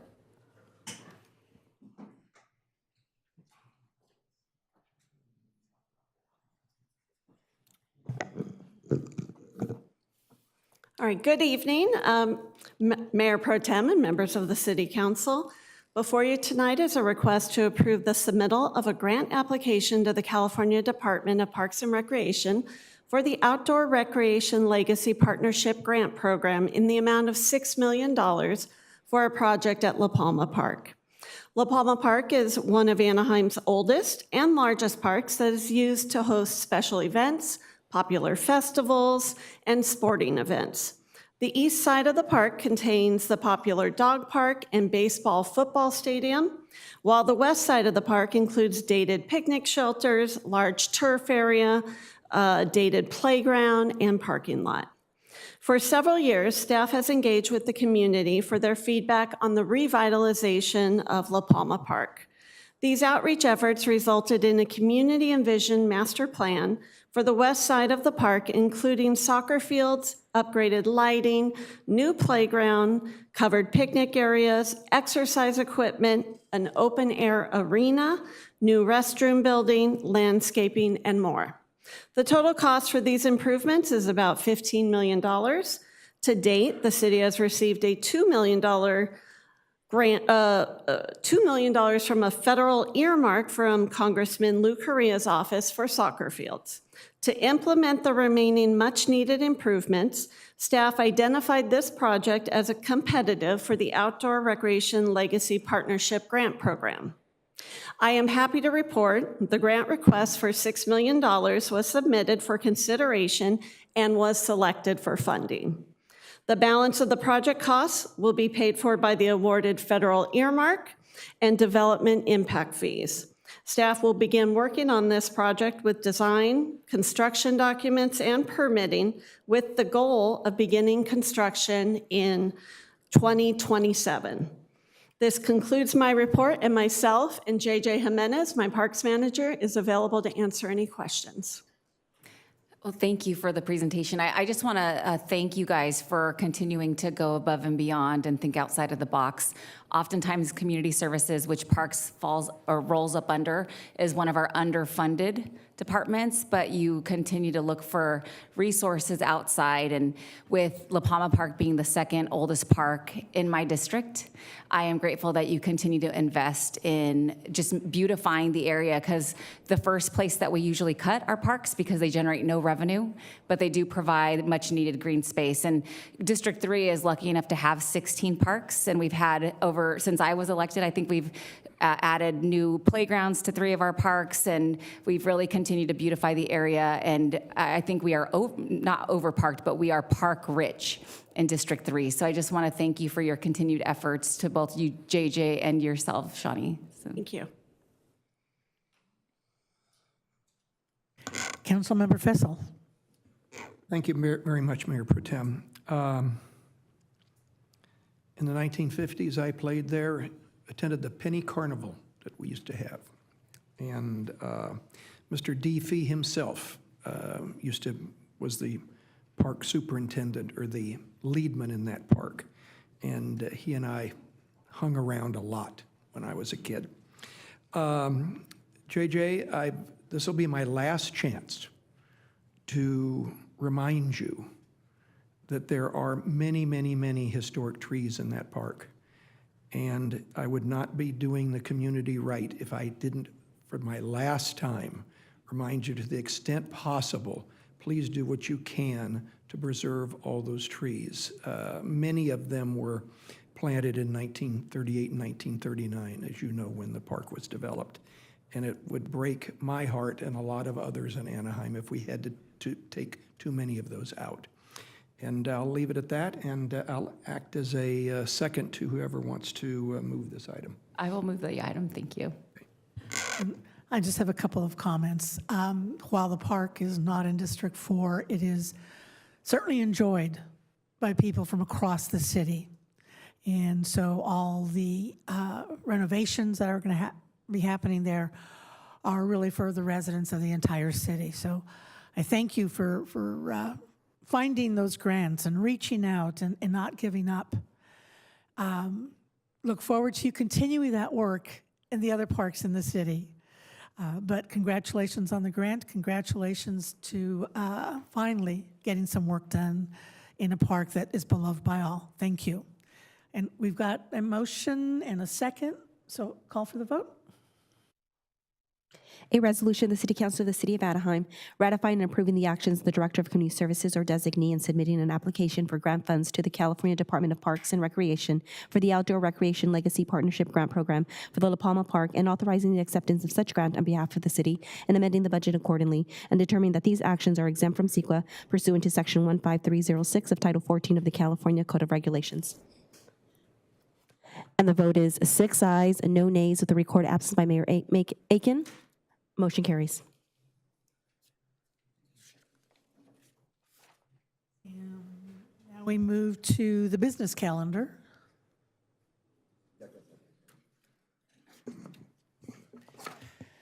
Item 20 is consideration of 2 grant proposals to fund the Access Program. Mr. City Manager, can we have a staff report? I'd ask for a staff report from City Attorney Fabella, please. And I, in turn, will enthusiastically ask Chief Assistant City Attorney and Chief Prosecutor Jen Contini make this presentation.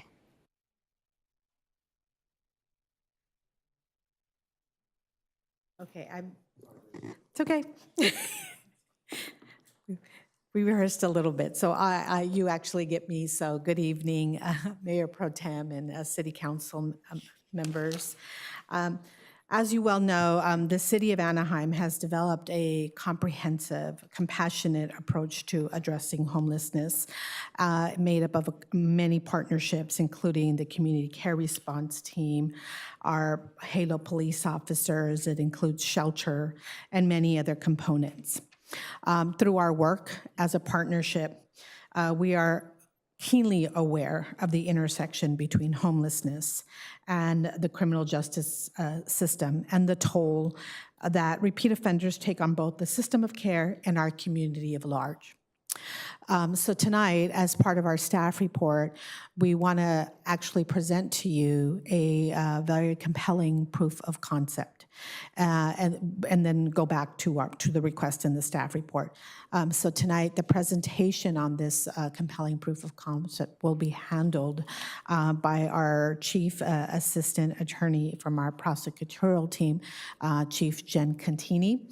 With us tonight is also Chief Armendariz, and Assistant City Attorney Matab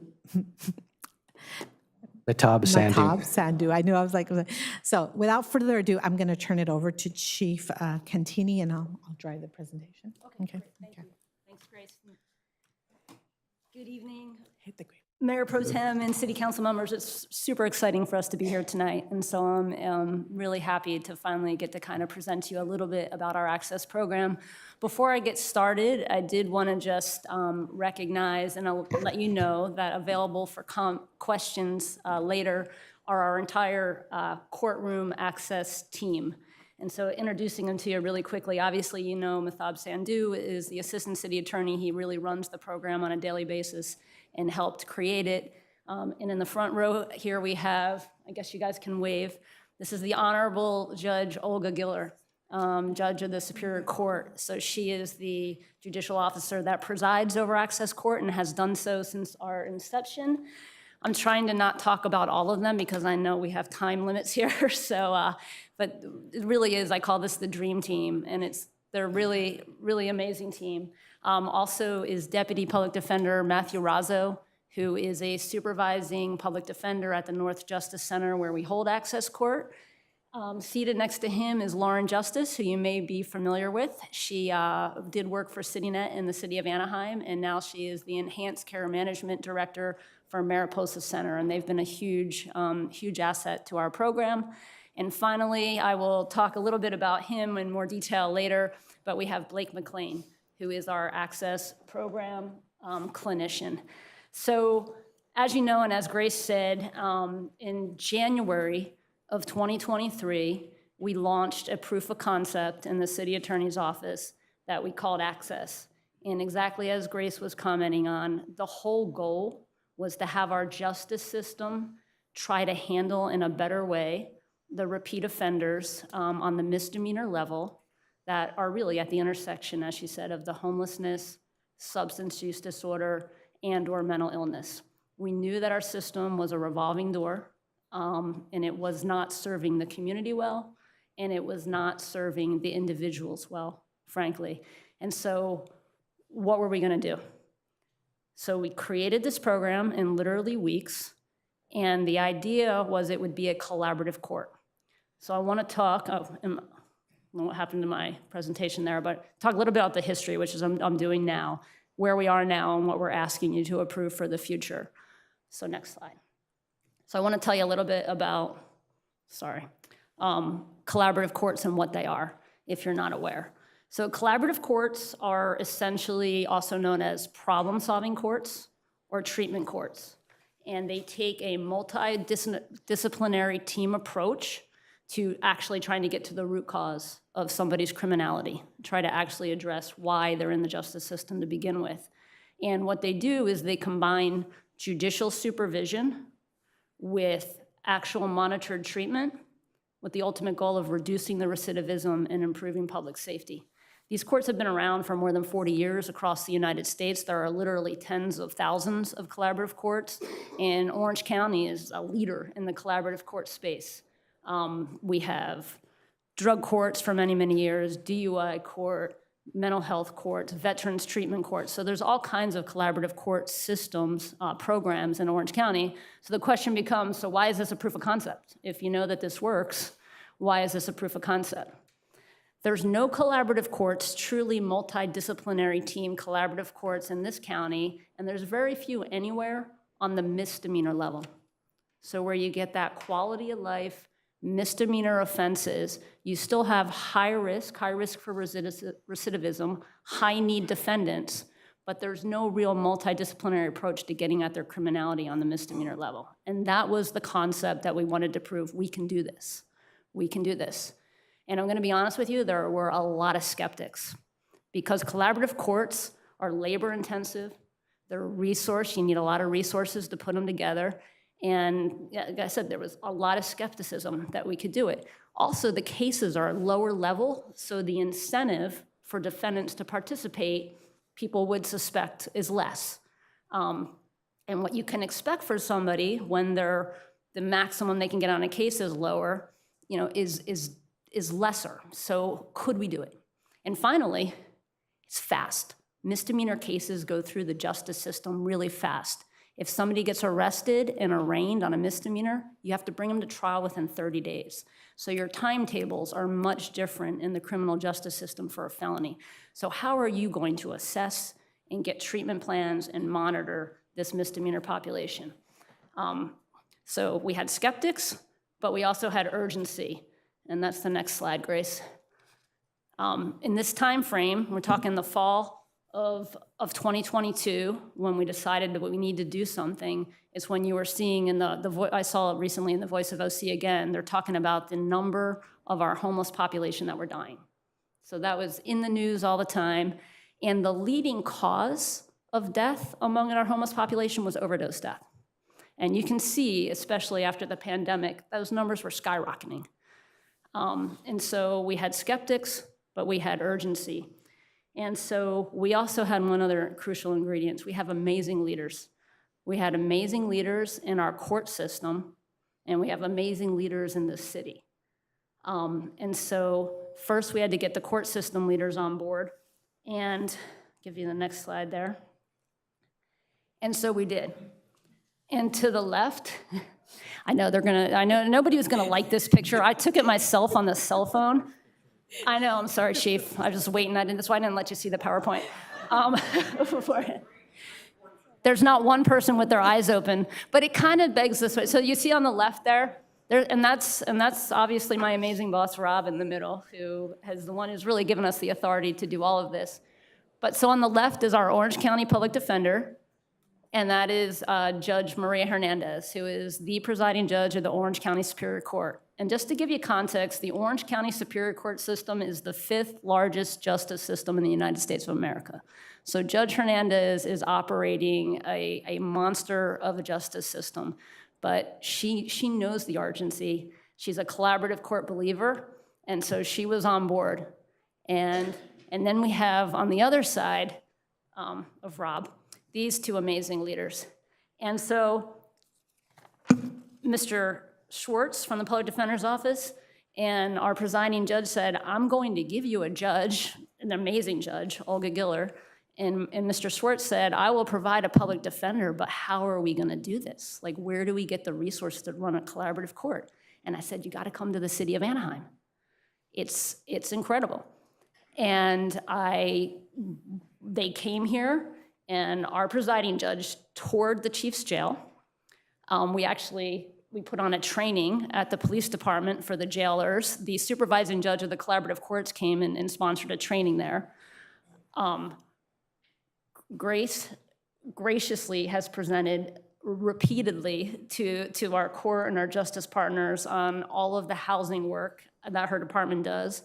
Sandra Lozo actually hosted judges, experts in collaborative courts, the assistant public defender, and her monthly homeless collaborative meeting. We toured Salvation Army, we went out to CityNet, and I said, we can do this. We just have to connect our court system to this community, and we can have a collaborative court. And they said, let's do it. So the next call that we made, next slide. Get this poor picture. These are better pictures. So they said, let's do it, but how's it gonna operate? And I will tell you, I know a lot of times, I know Rob has said to me many times, people wanna know details, how's it working? And I'm gonna be honest, we launched and we said we're gonna build the plane as we fly it. I think Councilmember Fessel was there in the beginning. They said, what are you doing? And our response was something. We're trying to do something. We're gonna figure it out. And so we called Blake McLean, who is literally the most passionate, trusted, experienced, and effective clinician in the collaborative court space and the justice system space with this population of homeless that are suffering from substance use disorder and mental health. And we said, let's go, let's start. And by January 9th, we had our first access court day. We didn't know if anybody would come. We didn't know if anybody would accept it. Next slide. And we just made the promise, if you're willing to engage in treatment, we're gonna get ready, we're gonna provide it, we're gonna do an individualized assessment of you. We use a criminogenic risk need validated assessment. Blake's gonna add his clinical experience, and we're gonna come up with a plan. And literally, within the second week, something I like to say almost magical happened. A gentleman named Donnie showed up in the cage of Judge Giller's courtroom. There's literally a cage in the courtroom where in custodies are brought up to. And Donnie, I had never seen before, but I had Sandra Lozo, my second week in the city, drove me around to his house, which had burnt down and had a fence around it. And many people had said he was one of those repeat offenders. I think the chief will verify he had at least 60 contacts per year. And he agreed to get assessed by Blake for an access program. So we're like, all right, so maybe people will do this. And Blake worked his magic in his office, which he calls it, which is the 3-foot space behind the cage. in Judge Giller's courtroom where he does his assessments. And, but Donnie, as you would expect, was a little skeptical, also probably coming down. He'd only been in custody for a couple days, so we weren't sure if he was going to accept the program until Justice, who was still working for CityNet, was also in our courtroom, and she said, "I know him." And the honorable judge and her bailiff and her clerk, because there's a whole family here, said, "Justice, you can come up and talk to him." And Donnie basically said, "Oh, Justice is involved in this? I'll do whatever she says." And he did. And he did. And so we were off. And the reason that was magic, it was like we put this plane in flight. It was like this wind, because once Donnie did it, then Edgar did it. And then the next person did it. And then the word of mouth started spreading, and the team started getting better. So next slide, Grace. And at this point, and I apologize, looked really pretty on my computer. At this point, and this is as of November 1st, so we've been in operation for less than 2 years. It has us up and down. We have changed things, we have tweaked things, but we have, Blake has assessed 302 individuals.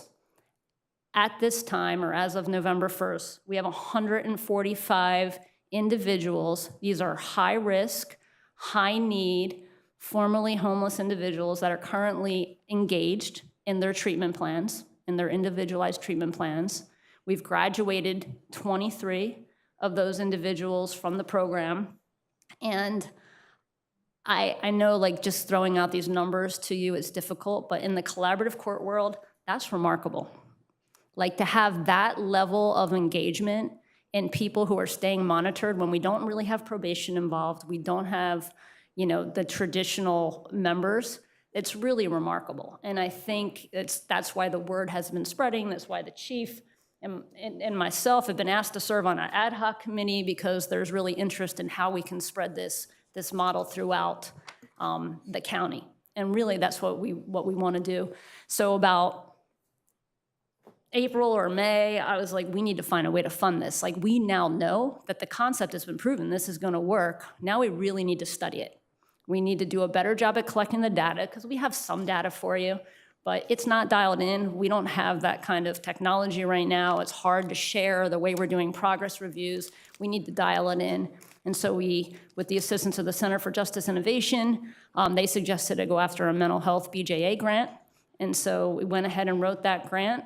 And in the meantime, we were alerted by the Public Defender's Office, no less, that the Prop 47 Cohort 4 grant was coming out with a maximum ask of $8 million. And so, frankly, with Grace, Sandra, I saw Nadia and Linda's support. In very short order, we submitted a pretty extensive grant with the idea that we will try to fund this program for the next 42 months and do an independent, full evaluation of its impact on the community. So that's kind of where we are today. Next slide, Grace. Sorry, you want to go back? I didn't mention that. I wanted to mention this. And this, I just want to throw these numbers up there. I really wanted to do this because I did see the 2022 numbers reported recently in the paper, and I just want you to know, I don't in any way say that this is just because of access. Obviously, it's not. This is a city effort. But because of the city, in 2023, overdose among our homeless population has plummeted. And I call the coroner's office often and check on this metric because it's one that is super important to me. And it was down to 18. And so far this year, obviously, that's not complete, but there's only been 8 overdose deaths among our homeless population this year. That is not what you're seeing countywide, just to be frank. It's leveled off other places, but it has not dropped at this rate. I believe in 2022, Anaheim made up 16.5% of the homeless overdose deaths. The next year, when we dropped to 18, it was at 6%. So we are having an impact, not access, but this investment in what this city is doing. I know it doesn't always feel like that, but it is having an impact. And next slide. And Donnie, as you might have seen before, that's him at his graduation. That's Justice and Matt standing next to him.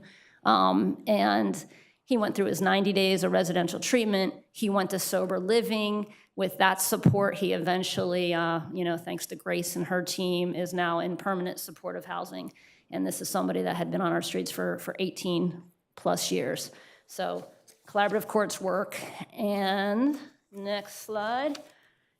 I'll let Grace do the nitty gritty. But that is why we're asking for your approval, your support to approve our application for these grants and the acceptance of this money so that we can work with these partners that have helped us build this and really evaluate and help spread the model, assuming it proves successful. So with that, Grace, and then any questions for the team. If we may just read for you, the purpose of coming before you tonight is we are asking to ratify the submission of grant application, the first one to the Board of State and Community Corrections Proposition 47 grant, and the second one, the Justice and Mental Health Collaboration Program.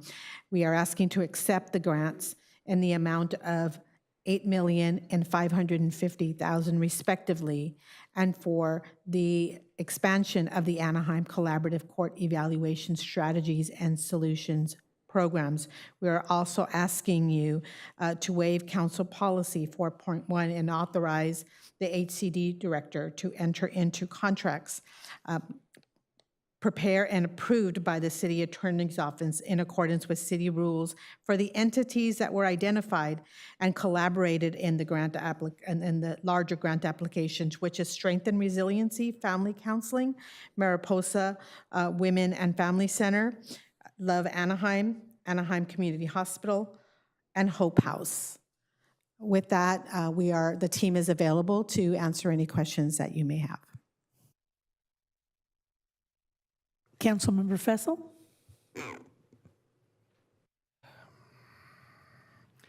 I think I drove several of you completely crazy.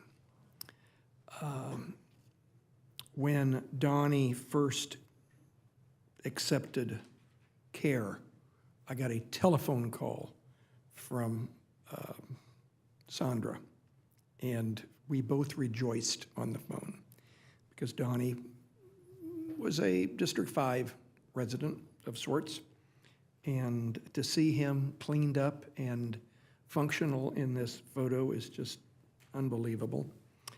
When Matab came on board, I was extraordinarily pleased because we needed that position.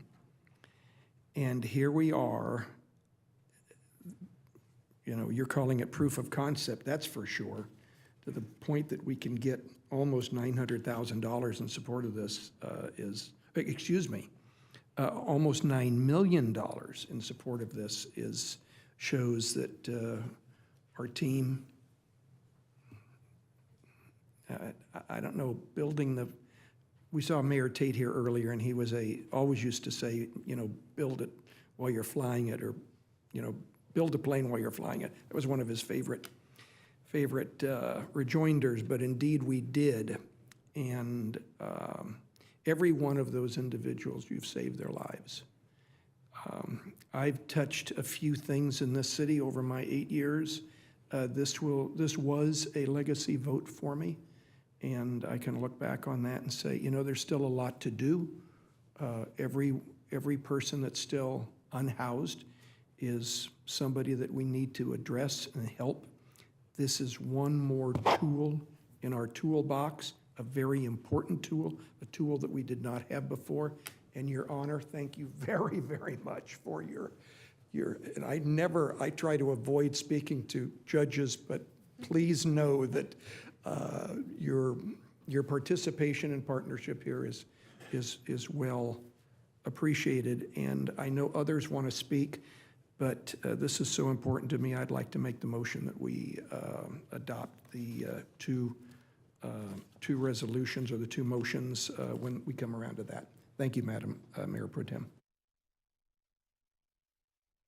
Councilmember Diaz. Thank you. It's interesting, and ironical that the same people that accuse us of genocide choose to leave the room before this hearing. Inhumane conditions, along with mental health, a strong drug addiction, alcohol addiction, combined with criminal activities.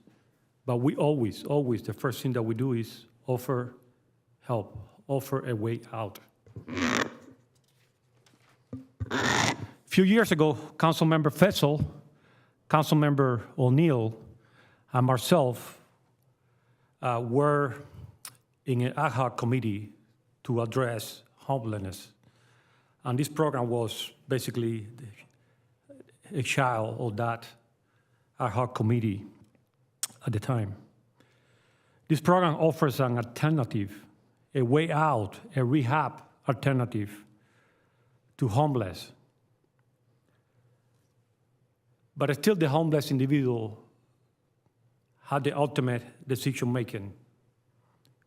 You take help, you take the help that we're offering you, all type of help, but you refuse to. It had to be consequences for your actions. It had to be consequences. And that's when the court take care of this individual. But even behind bars, this individual take the mental health that they deserve. So it's a completely great program. I fully support it, and I'm very proud of being part of this creation, and I'm super proud of you guys. Thank you so much. Councilmember Leon. Thank you, Madam Mayor Pro Tem. Definitely echo my colleague. Congratulations, and probably more important than that, thank you for kind of taking this risk, because you weren't really sure where it was going to go. But the fact that you took the risk, and we are where we are now, I think I speak on behalf of a lot of residents in the community when we do say thank you for your continued efforts on this. I remember when I first heard about this, I think it was still kind of like in the trial period, or it was still, you guys were barely getting started. And I think one of my first questions, either to City Attorney or Matab, it was a presentation you were giving. And I was like, when do we expand this? When is this going to be bigger? And when are we going to have access to it throughout the, no pun intended, throughout the city? And I think there was a little bit of expectation setting, but at the same time, again, just being able to take that first step was so important. So thank you all so much. My question was, so $8 million plus another $550,000. Can you talk a little bit about I'm supportive of this, obviously, but what can we expect in terms of, are we expanding the reach of the program throughout the city? Are we already doing that? How is this grant going to help you in furthering this program along? All right, got it. They're teaching me. So thank you. Thank you for the question, and thank you for the support, obviously. First, the structure of the Prop 47 grant, because that's the larger grant, the $8 million grant. I don't know if we had that last slide up there, but as part of the grant requirements, we had to meet certain criteria, like passing at least 50%, but extra points for 70% of the funds through to our community-based organizations. And so the way we structured that is, one, we wanted to finance our courtroom team, which you see behind us. So our partners that we submitted there were Blake. He is Strength and Resilience Family Counseling. Yes, we want to expand our capacity. I will be honest with you, the landscape is shifting, as you know, from when we submitted this in June. Since that time, we've had grants pass. We've had a shift in policy at the jail on booking. And now we have Prop 36 coming on board in a few months. So we're always in a shifting landscape, so we want a lot of flexibility with where we have it, but we needed to make sure we fund more evaluations. So Blake is gonna hire 2 part-time people that he can train on how to do these assessments. Our good partners at Mariposa, really led by Justice, Lauren Justice, have now added multiple case managers to the program, who really are the ones who are helping us pick participants up from the jail. They are taking them to residential treatment. They're filling all of those gaps in a meaningful way. So they have an entire plan to better support us there.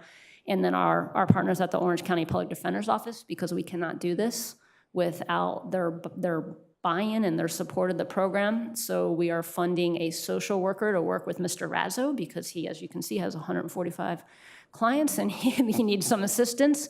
In the center, there's the Center for Justice Innovation. They're going to help us get our data in line, our technology online, and prepare for a full evaluation. On the other side, Hope House provides us more flexible access to residential treatment beds quickly, because remember, that's our key, quickly. If we say, oh, we'll have a bed in 3 weeks, Mr. Razzo has to say, you can't hold my client in custody for 3 weeks on this misdemeanor. You know, it's not enough leverage. And we know if they go back to the streets without treatment, that's really hard. It's hard to stay sober when you don't have a place to live. So that will get us quicker residential treatment bed. Anaheim Community Hospital is there's only 2 medical psych hospitals in Orange County, and it's right here in our backyard. We have met with them multiple times and toured their facility, and they're going to build an intensive outpatient program for our people that don't need residential treatment. So that hopefully will come online. And Better Way Anaheim is Nathan Hug, that you know. So that's what we look like. Our goals are to expand our referrals. Right now, they're mostly coming from in custody, but we're going to expand our referral sources. We're leveraging other city contracts. Mariposa has the ACES contract, correct? Yes. And they're also out there at Salvation Army for us. So people that are already in shelter or we're trying to get in shelter, we can try to prevent taking them to jail if we bring them in the front door to Judge Giller's courtroom and start addressing their cases and get them connected. So we want to try to get some people out of custody. So increasing those referral streams is goal number 1. Increasing our treatment partners is goal number 2. This is a big start. And goal number 3 is doing the full assessment. So yeah, expansion. We also need some administrative support. As you may know, housing and community development is by default, by task by the city manager, has really become kind of the overseer for all things homeless, and has by de facto, because the team has done very good work, also become the grant writers and the grant administrators. So there's a whole lot of work that goes with administering the contracts, writing the contracts, making sure the bills get paid, and then making sure that everybody's talking to each other. So there is an administrative aspect of this as well that the team has taken on in support of the Access program and really the whole system of care that involves homelessness from street outreach to housing. Thank you, and thank you so much for that information. I've said this before, I'll say it again. I very much appreciate the fact that we are taking a multi-pronged approach to address this issue. We've talked about affordable housing in the long term. We've talked about our HALO officers who are out there. I think my colleague referred to it or alluded to some of the additional outreach work that we've been doing across the city, and I do appreciate that, Chief, and the entire team. This is a program that I think highlights the fact that these are people, right? And I think sometimes we forget that. And I've had the opportunity to volunteer in the point in time count for the county twice now. And you get an opportunity to just interact with folks who are homeless. And it's a reminder that yes, we want to make sure that our parks are safe and that they're secure, our public spaces are secure, but at the same time, we want to make sure that we're helping these individuals because they are people at the end of the day. Some of them have, drug problems or other problems, but some of them are just out of luck, and that's why they're on the street. And so I very much appreciate this work that you're all doing. I'm definitely supportive of my colleague's motion to move this forward, and it's just the city of Anaheim really taking a huge step forward in helping to not just address the issue, but really help the individuals that are out there on the street as well. So again, thank you, congratulations, more work to come. And if I may just make one request, if maybe in a year or so, depending on the timing, if you can maybe give us an update as to how the program is coming along, if there's any additional support or anything else that you need from us that we can discuss and consider to ensure that we're providing all the tools that you all need to move this forward to help as many people as possible across our community. I'd very much appreciate that and very much appreciate your continued work. So thank you. Councilmember Meeks. Thanks. Thank you for the work that you do. This is really innovative. It's what we should be doing. I think Anaheim has taken a all hands on deck, cross-departmental approach to homelessness, and that's what it takes. And it's not only, we're showing here, it's not just cross-departmental, it's across organizations. And it's, you know, all different people working together and figuring these things out. You know, we do have people come up and, you know, potentially criticize our response to homelessness, but I will agree with one thing: nobody should live on the street. And if this helps people make the decision to get the help they need to make better choices in their life and get off the street, I think the statistics that you showed shows that the city's approach to homelessness, we're saving lives. And so this is part of it. It's a huge part of it, and I appreciate the work that you do, and I absolutely want to move forward and support this grant, you know, 100 and whatever %. So yes, excited to move forward with this. Thank you. Councilmember Rubalcaba.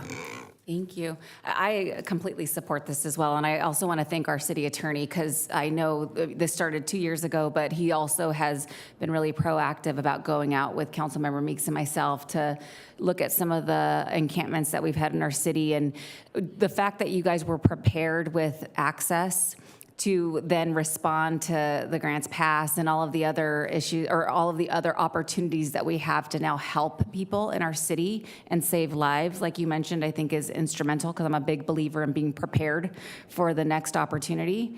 I'm just gonna mention too, Donnie, I know exactly who he is, and it's I'm just grateful to see that we were able to help him and help him move forward. Like Councilmember Meeks and a couple of my colleagues mentioned, we constantly get criticized by people who don't even stay for the discussion. They come for public comment, they give their 2 cents, and they have no idea of the work that we're actually doing in our city. So the fact that we are leading the way with access to now help other Orange County cities consider something similar to this to help people get from, you know, what is maybe just bad luck or lack of opportunity or exposure to, you know, neighborhoods that have drug activity, whatever the reason for them to be in these situations. I think it's just instrumental that we now have created something that in less than 2 years has made an impact. So I just want to mention the numbers that I want to restate some of the numbers that I am very impressed by. 302 people voluntarily in less than 2 months assessed, actively engaged 145, and then graduated 23 people in less than 2 years. I commend you guys for your commitment. And 23 people is not insignificant. One person is important. So thank you guys for your continued effort. And I also want to thank the team back there for all of us collaborating on this effort, and look forward to seeing the continued effort and growth in this area. Thank you. Councilmember Fessel? Thank you, Madam Mayor, Mayor Pro Tem. I had forgot to say something that I need to add here.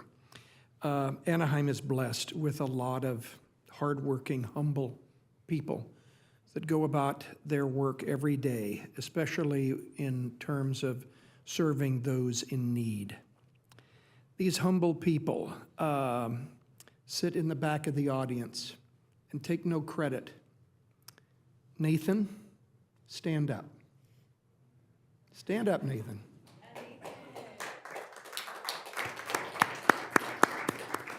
There is one of those people, and he has worked hard for as long as I've known him about, and it's whether it's, you know, Love Anaheim or all the various organizations that he's part of. And he's part of this organization. And rather than sitting with all of you, he's over there. But that's okay, and I understand. But Nathan, nonetheless, I hope you and I continue crossing paths, okay, in the future. And thank you again. Thank you, Madam Mayor Pro Tem. Thank you. I've already moved it. Yes. The problem with going last is that everyone has said what I want to say. So I just want to add my thank you. Thank you for not being afraid to get out of the box, try something new, to have the courage to tell us that's what you need to do. Wonderful work. As Councilmember Rubalcaba said, you're changing lives. You certainly have turned around 23 lives. And we rejoice. We would have rejoiced if you had turned around one life, but 23, that's something to be very proud of. I know as a city, we're very proud of the project. And so thank you very much for all of your hard work. And hopefully, with this almost $9 million, it will continue and it'll grow and you will affect even more lives. So thank you. We have a first and a second. Mayor Pro Tem, I have Councilmember Fessel as the motion. Do we get the second? Okay, thank you. Thank you, Kim. And the action before council was an approval resolution, the City Council of the City of Anaheim ratifying the submission of the request for proposal grant application and the acceptance of the grant award on behalf of the City of Anaheim as the lead public agency in partnership and community-based organizations for the Proposition 47 Safe Neighborhoods and Schools Act grant program funded through the California State and Local Government Law Enforcement Account and administered by the Board of the State and Community Corrections, and authorizing the Housing and Community Development Director or her designee to execute all required grant documents and related agreements and amending the budget accordingly. The action before council also included the ratification of a submission of a justice and mental health collaboration program grant application and the related increase in the fiscal year 2024 revenue and expenditure budget accordingly, and also included a motion on to authorize the Housing and Community Development Director to enter into contracts with entities that were identified and collaborated in the grant application for procurement services and the related actions. And the vote is 6 ayes, no nays, and the record evidence by Mayor Aiken. Motion carries. Thank you. Council, as everybody gets up, Councilmember Diaz has made a special request for a photo opportunity with the entire team. I know she did that on purpose.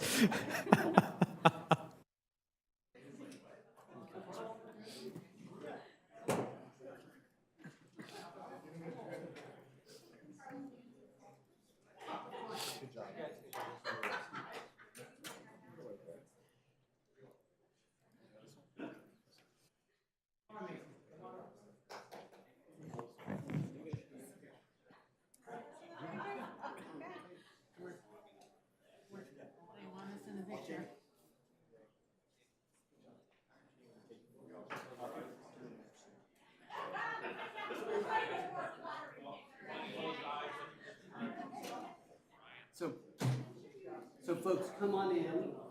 And with this large of a group, we'll need to do 2 rows, a row in front. So if volunteers can come forward.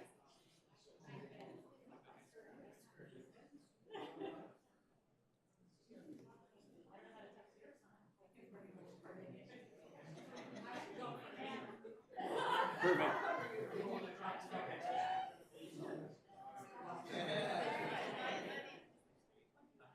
Perfect. And everyone look right here.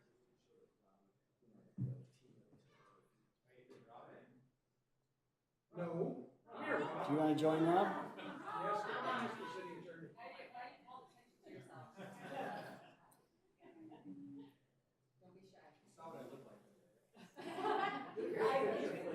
Okay, everybody right here.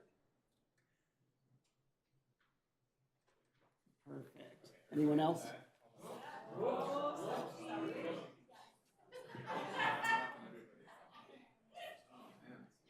This is too many people. No. There we go. All right. I know. Everybody, 1, 2. Awesome.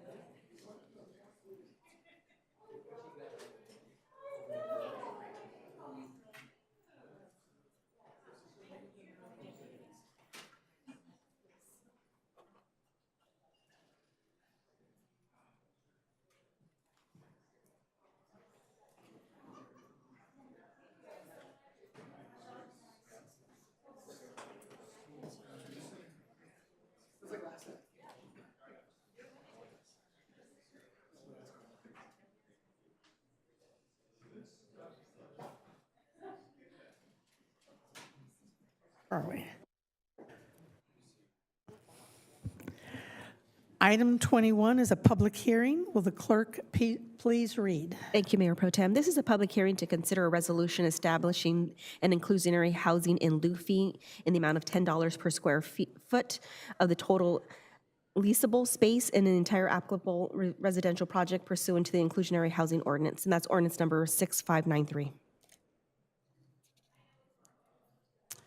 Mr. City Manager, could we please have a staff report? I'd ask for a staff report from Director Stepter, please. Good evening once again. We come before you tonight to request that the City Council, following a public hearing, adopt an inclusionary housing in lieu schedule for our inclusionary housing ordinance. As you will all recall, on October 8th, 2024, the City Council had a first reading for an ordinance for the inclusionary housing policy that we now have. And on October 29th, 2024, the City Council adopted the inclusionary housing ordinance. The ordinance reflects the direction provided by the council for the adoption of a program inclusive of limiting the application of the policy to multifamily rental developments with 35 rental units or more, and restricting the use of those in lieu fees to the production of affordable housing. Kaiser Marston and Associates prepared an inclusionary housing in lieu fee analysis based on our specific inclusionary housing policy in order to establish a fee.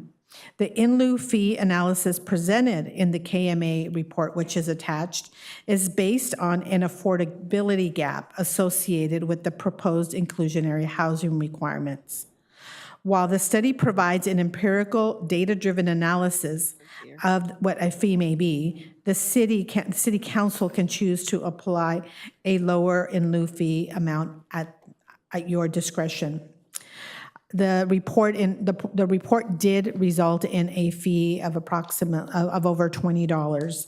However, based on previous discussions and to balance between the two goals of creating affordable housing and ensuring that housing production continues in our city, the staff recommends adoption of an in lieu fee of $10 per square foot. With that, our team is available to answer any questions that you may have.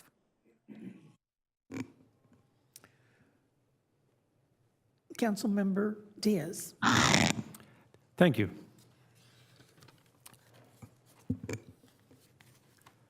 So approximately a new apartment, an apartment is 1,200 square feet, times 10, $12,000 per unit. 35 units, $420,000.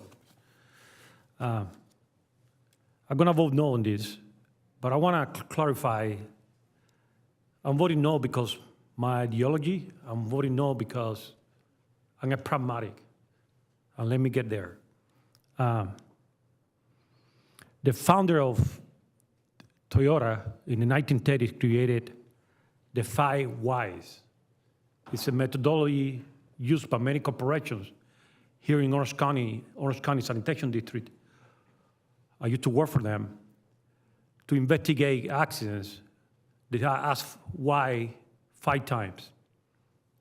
That's to get to the root of the problem.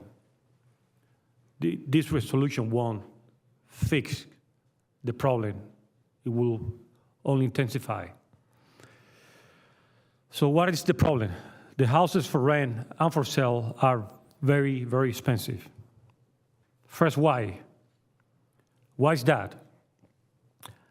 Because there's not enough construction of new housing. Second, why? Why is not enough construction of new housing?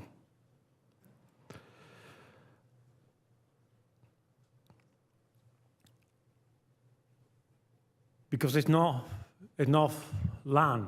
There is not enough incentive to build houses. Why is not enough land? Why is not enough incentives? Why is not enough construction? The why is it's a lot of regulations. CEQA, the California Environmental Quality Act, NIMBYs, lawsuits. So why is a lot of regulation? Why is a lot of NIMBYs? Why is it's a lot of lawsuits?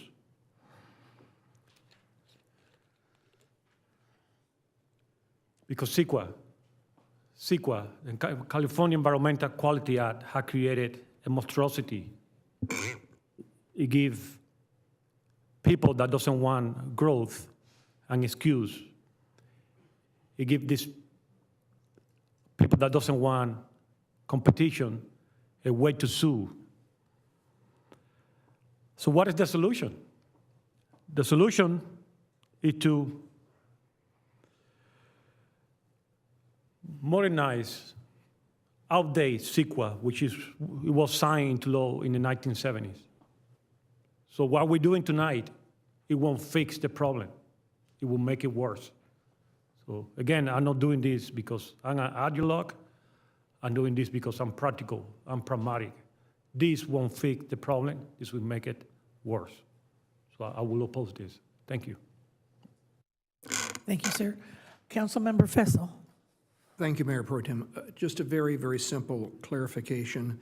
While it doesn't say here in front of us, but this is only applying to rental units. You've said that in your presentation, but it's not printed here.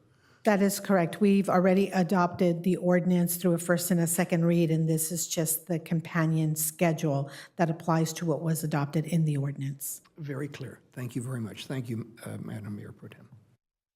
Councilmember Rubalcava. Thank you. Thank you for bringing the schedule. One of the things I think I expressed when we approved the inclusionary housing zoning initially is that we know that inclusionary policies don't create affordable housing. So that is a misconception. So I do want to just make sure that we have a plan in place, and I know I mentioned this during the discussion, and I see it in the resolution. There is language that alludes to the fact that it'll be deposited into the housing trust. However, there's no clarity on how it'll be spent.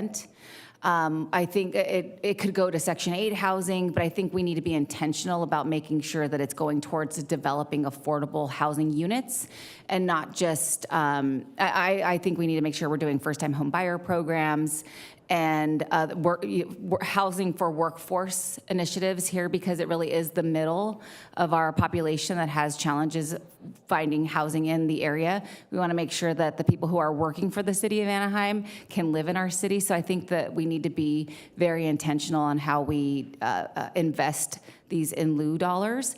And then I'd also request that we have an annual report on how many in lieu fees we are receiving for these developments, and that'll just help us also understand how many units are being built. And then we can measure, because I think for me, I want to understand how many people are choosing to pay the in lieu fee instead of building affordable, because then we need to figure out if this is the right policy for our city.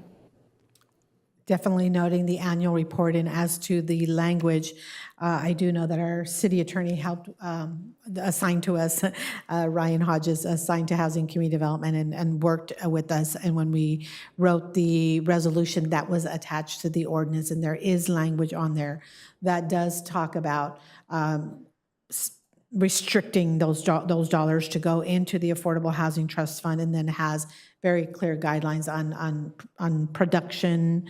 And Ryan, if you can help me I see with that Section language. 4, Ryan. Is that there's something more expanded beyond that sentence? Yeah, so language is added in both the ordinance and this resolution to address that money that's put into the Housing Trust Fund to be used for production of affordable housing. The specific guidelines for the Affordable Housing Trust Fund will be used to further clarify or distinguish which programs for production will be used. Perfect, thank you.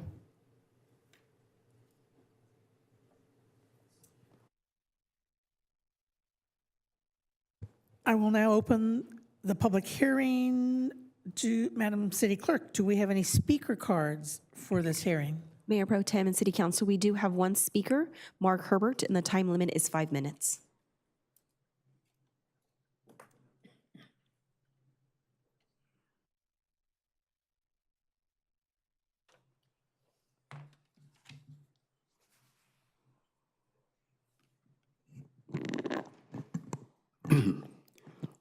Mark Herbert, AnaheimGreece.com. The inclusionary housing in lieu fee seems like a good idea. It has taken a long time to get to this point before the council, and other ideas have been dropped along the way, and this one has been chosen instead. One of the ideas was to have an entertainment tax and put into a housing fund for affordable housing. And it's been estimated $1 assessed that way would be about $30 million a year, which would be a more consistent flow of money. But that wasn't accepted. And we're left with this idea. And like most ideas or proposals that have come before the council this year, they come under a cloud, with a cloud. And I think it's important to remember that cloud as we consider each of these proposals that arrive here, because it helps explain how they got here and why they arrived here in this form. I thought one of the best descriptions of this, I touched upon this in my public comments, but I'd like to go a little deeper and tie it together with this, was a description of this undue influences hovering out there, was provided by Council Member Fessel. He referred to it as pressure. And he spoke about this at the October 29th council meeting. If people would like to check, I highly recommend you check that out at the 8-hour, 13-minute, and 35-second mark. I go to YouTube. It's more consistent, so that time would reflect there, the YouTube streaming. It's near the end of the meeting. He said the SALT development was his first recollection of the city staff recommending against a project of, quote, this type. He's closing in on 8 years now with the council. He said it was the decisive reason why he voted against this project. Councilmember Fessel went on to say, and he made a point, to say the staff was, quote, damn brave, end quote, to, quote, stick their neck out in not recommending this project. For a little clarification, I have bravery defined as the quality or state of having or showing mental or moral strength to face danger, fear, or difficulty. And as I mentioned in my public comments, why did he say it took bravery to execute their daily work as city staff? This is this cloud or pressure that's been hovering around City Hall. Left unanswered is how and why has the staff been pressured in their work when in the past the staff's research proved problematic? Who applied the pressure to the city staff? How? Why? Has there been an investigation to see if this policy was subject to such pressure, this proposal? Did this pressure originate outside City Hall, inside City Hall, or both? It has been 2 years since Mayor Sidhu resigned, yet the SALT development is the first time that Councilmember Fessel has seen the city staff, quote, stick their neck out and recommend against approving such a project. So a question is this Sidhu culture one of the reasons accounting for this still existing pressure out there, this cloud? Is the Sidhu culture still present in City Hall? Was it pressure like this that caused the staff to not turn over every rock on the Disney Forward project? Was it pressure like this that convinced the staff not to request the 30-page Cal State Fullerton economic report that was the basis of the statement of overriding considerations used to address the unmitigated environmental impacts listed in Disney Forward? Those questions still remain. I hope Councilmember Fessel speaks with the FBI Mr. Herbert, I'm sorry, your investigation. time is up. Mayor Pro Tem and City Council, that concludes our in-person speakers. Also noting for the record, we did receive one electronic comment on the public hearing that was distributed to City Council as well as posted on the city's website. Thank you. So hearing that we have no more speakers, I'd like to close the public hearing. Are there any other comments or questions by council? I'd like to make a motion to accept. Can I make a comment? I just held my comment until after the speakers, but I am going to be voting no on this. I voted no on the ordinance, so to be consistent, but I know it's, what was approved.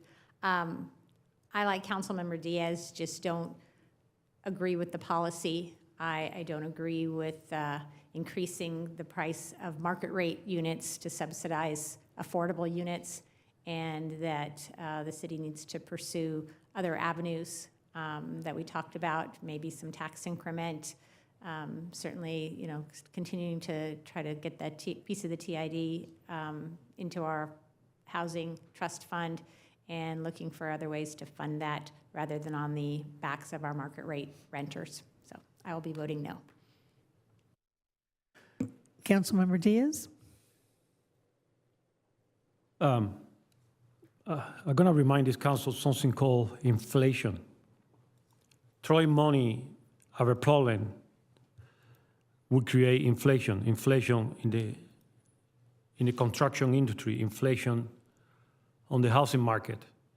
At the end of the day, somebody's going to have to pay those $420,000 per 35 units.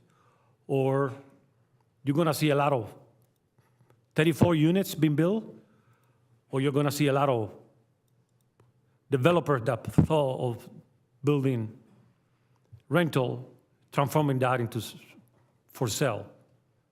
But this is not the solution. Thank you.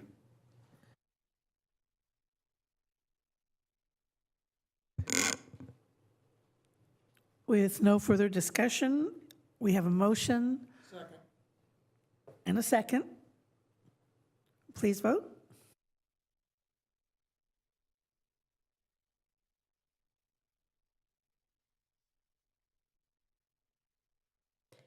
A resolution of the City Council of the City of Anaheim establishing an inclusionary housing in lieu fee schedule for the inclusionary housing ordinance.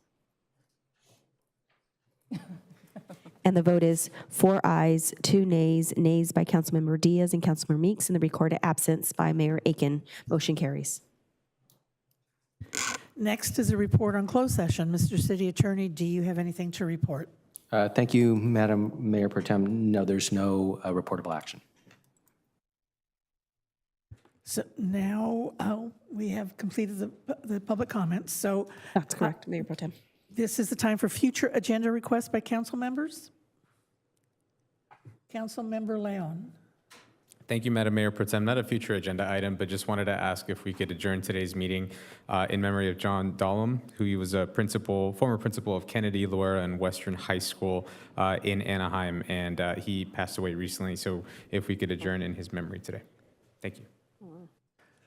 Councilmember Rubalcava. I just wanted to follow up with the city manager on when we'll be bringing in Visit Anaheim. December 17th. Perfect, thank you. With no other business before council, I'd like to adjourn in the memory of John Doan. I think there's a typo here. We stand adjourned until December 10th at 3 p.m. for purposes of certifying the election results of the November 5th, 2024 general municipal election in the City Council chamber, followed by the oath of office ceremony at 5 p.m.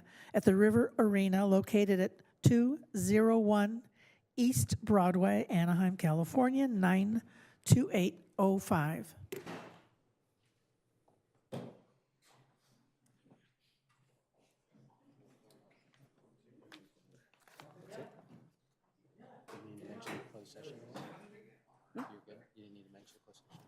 What I'm thinking of doing is if we need to do it, we could just do a special meeting agenda for purposes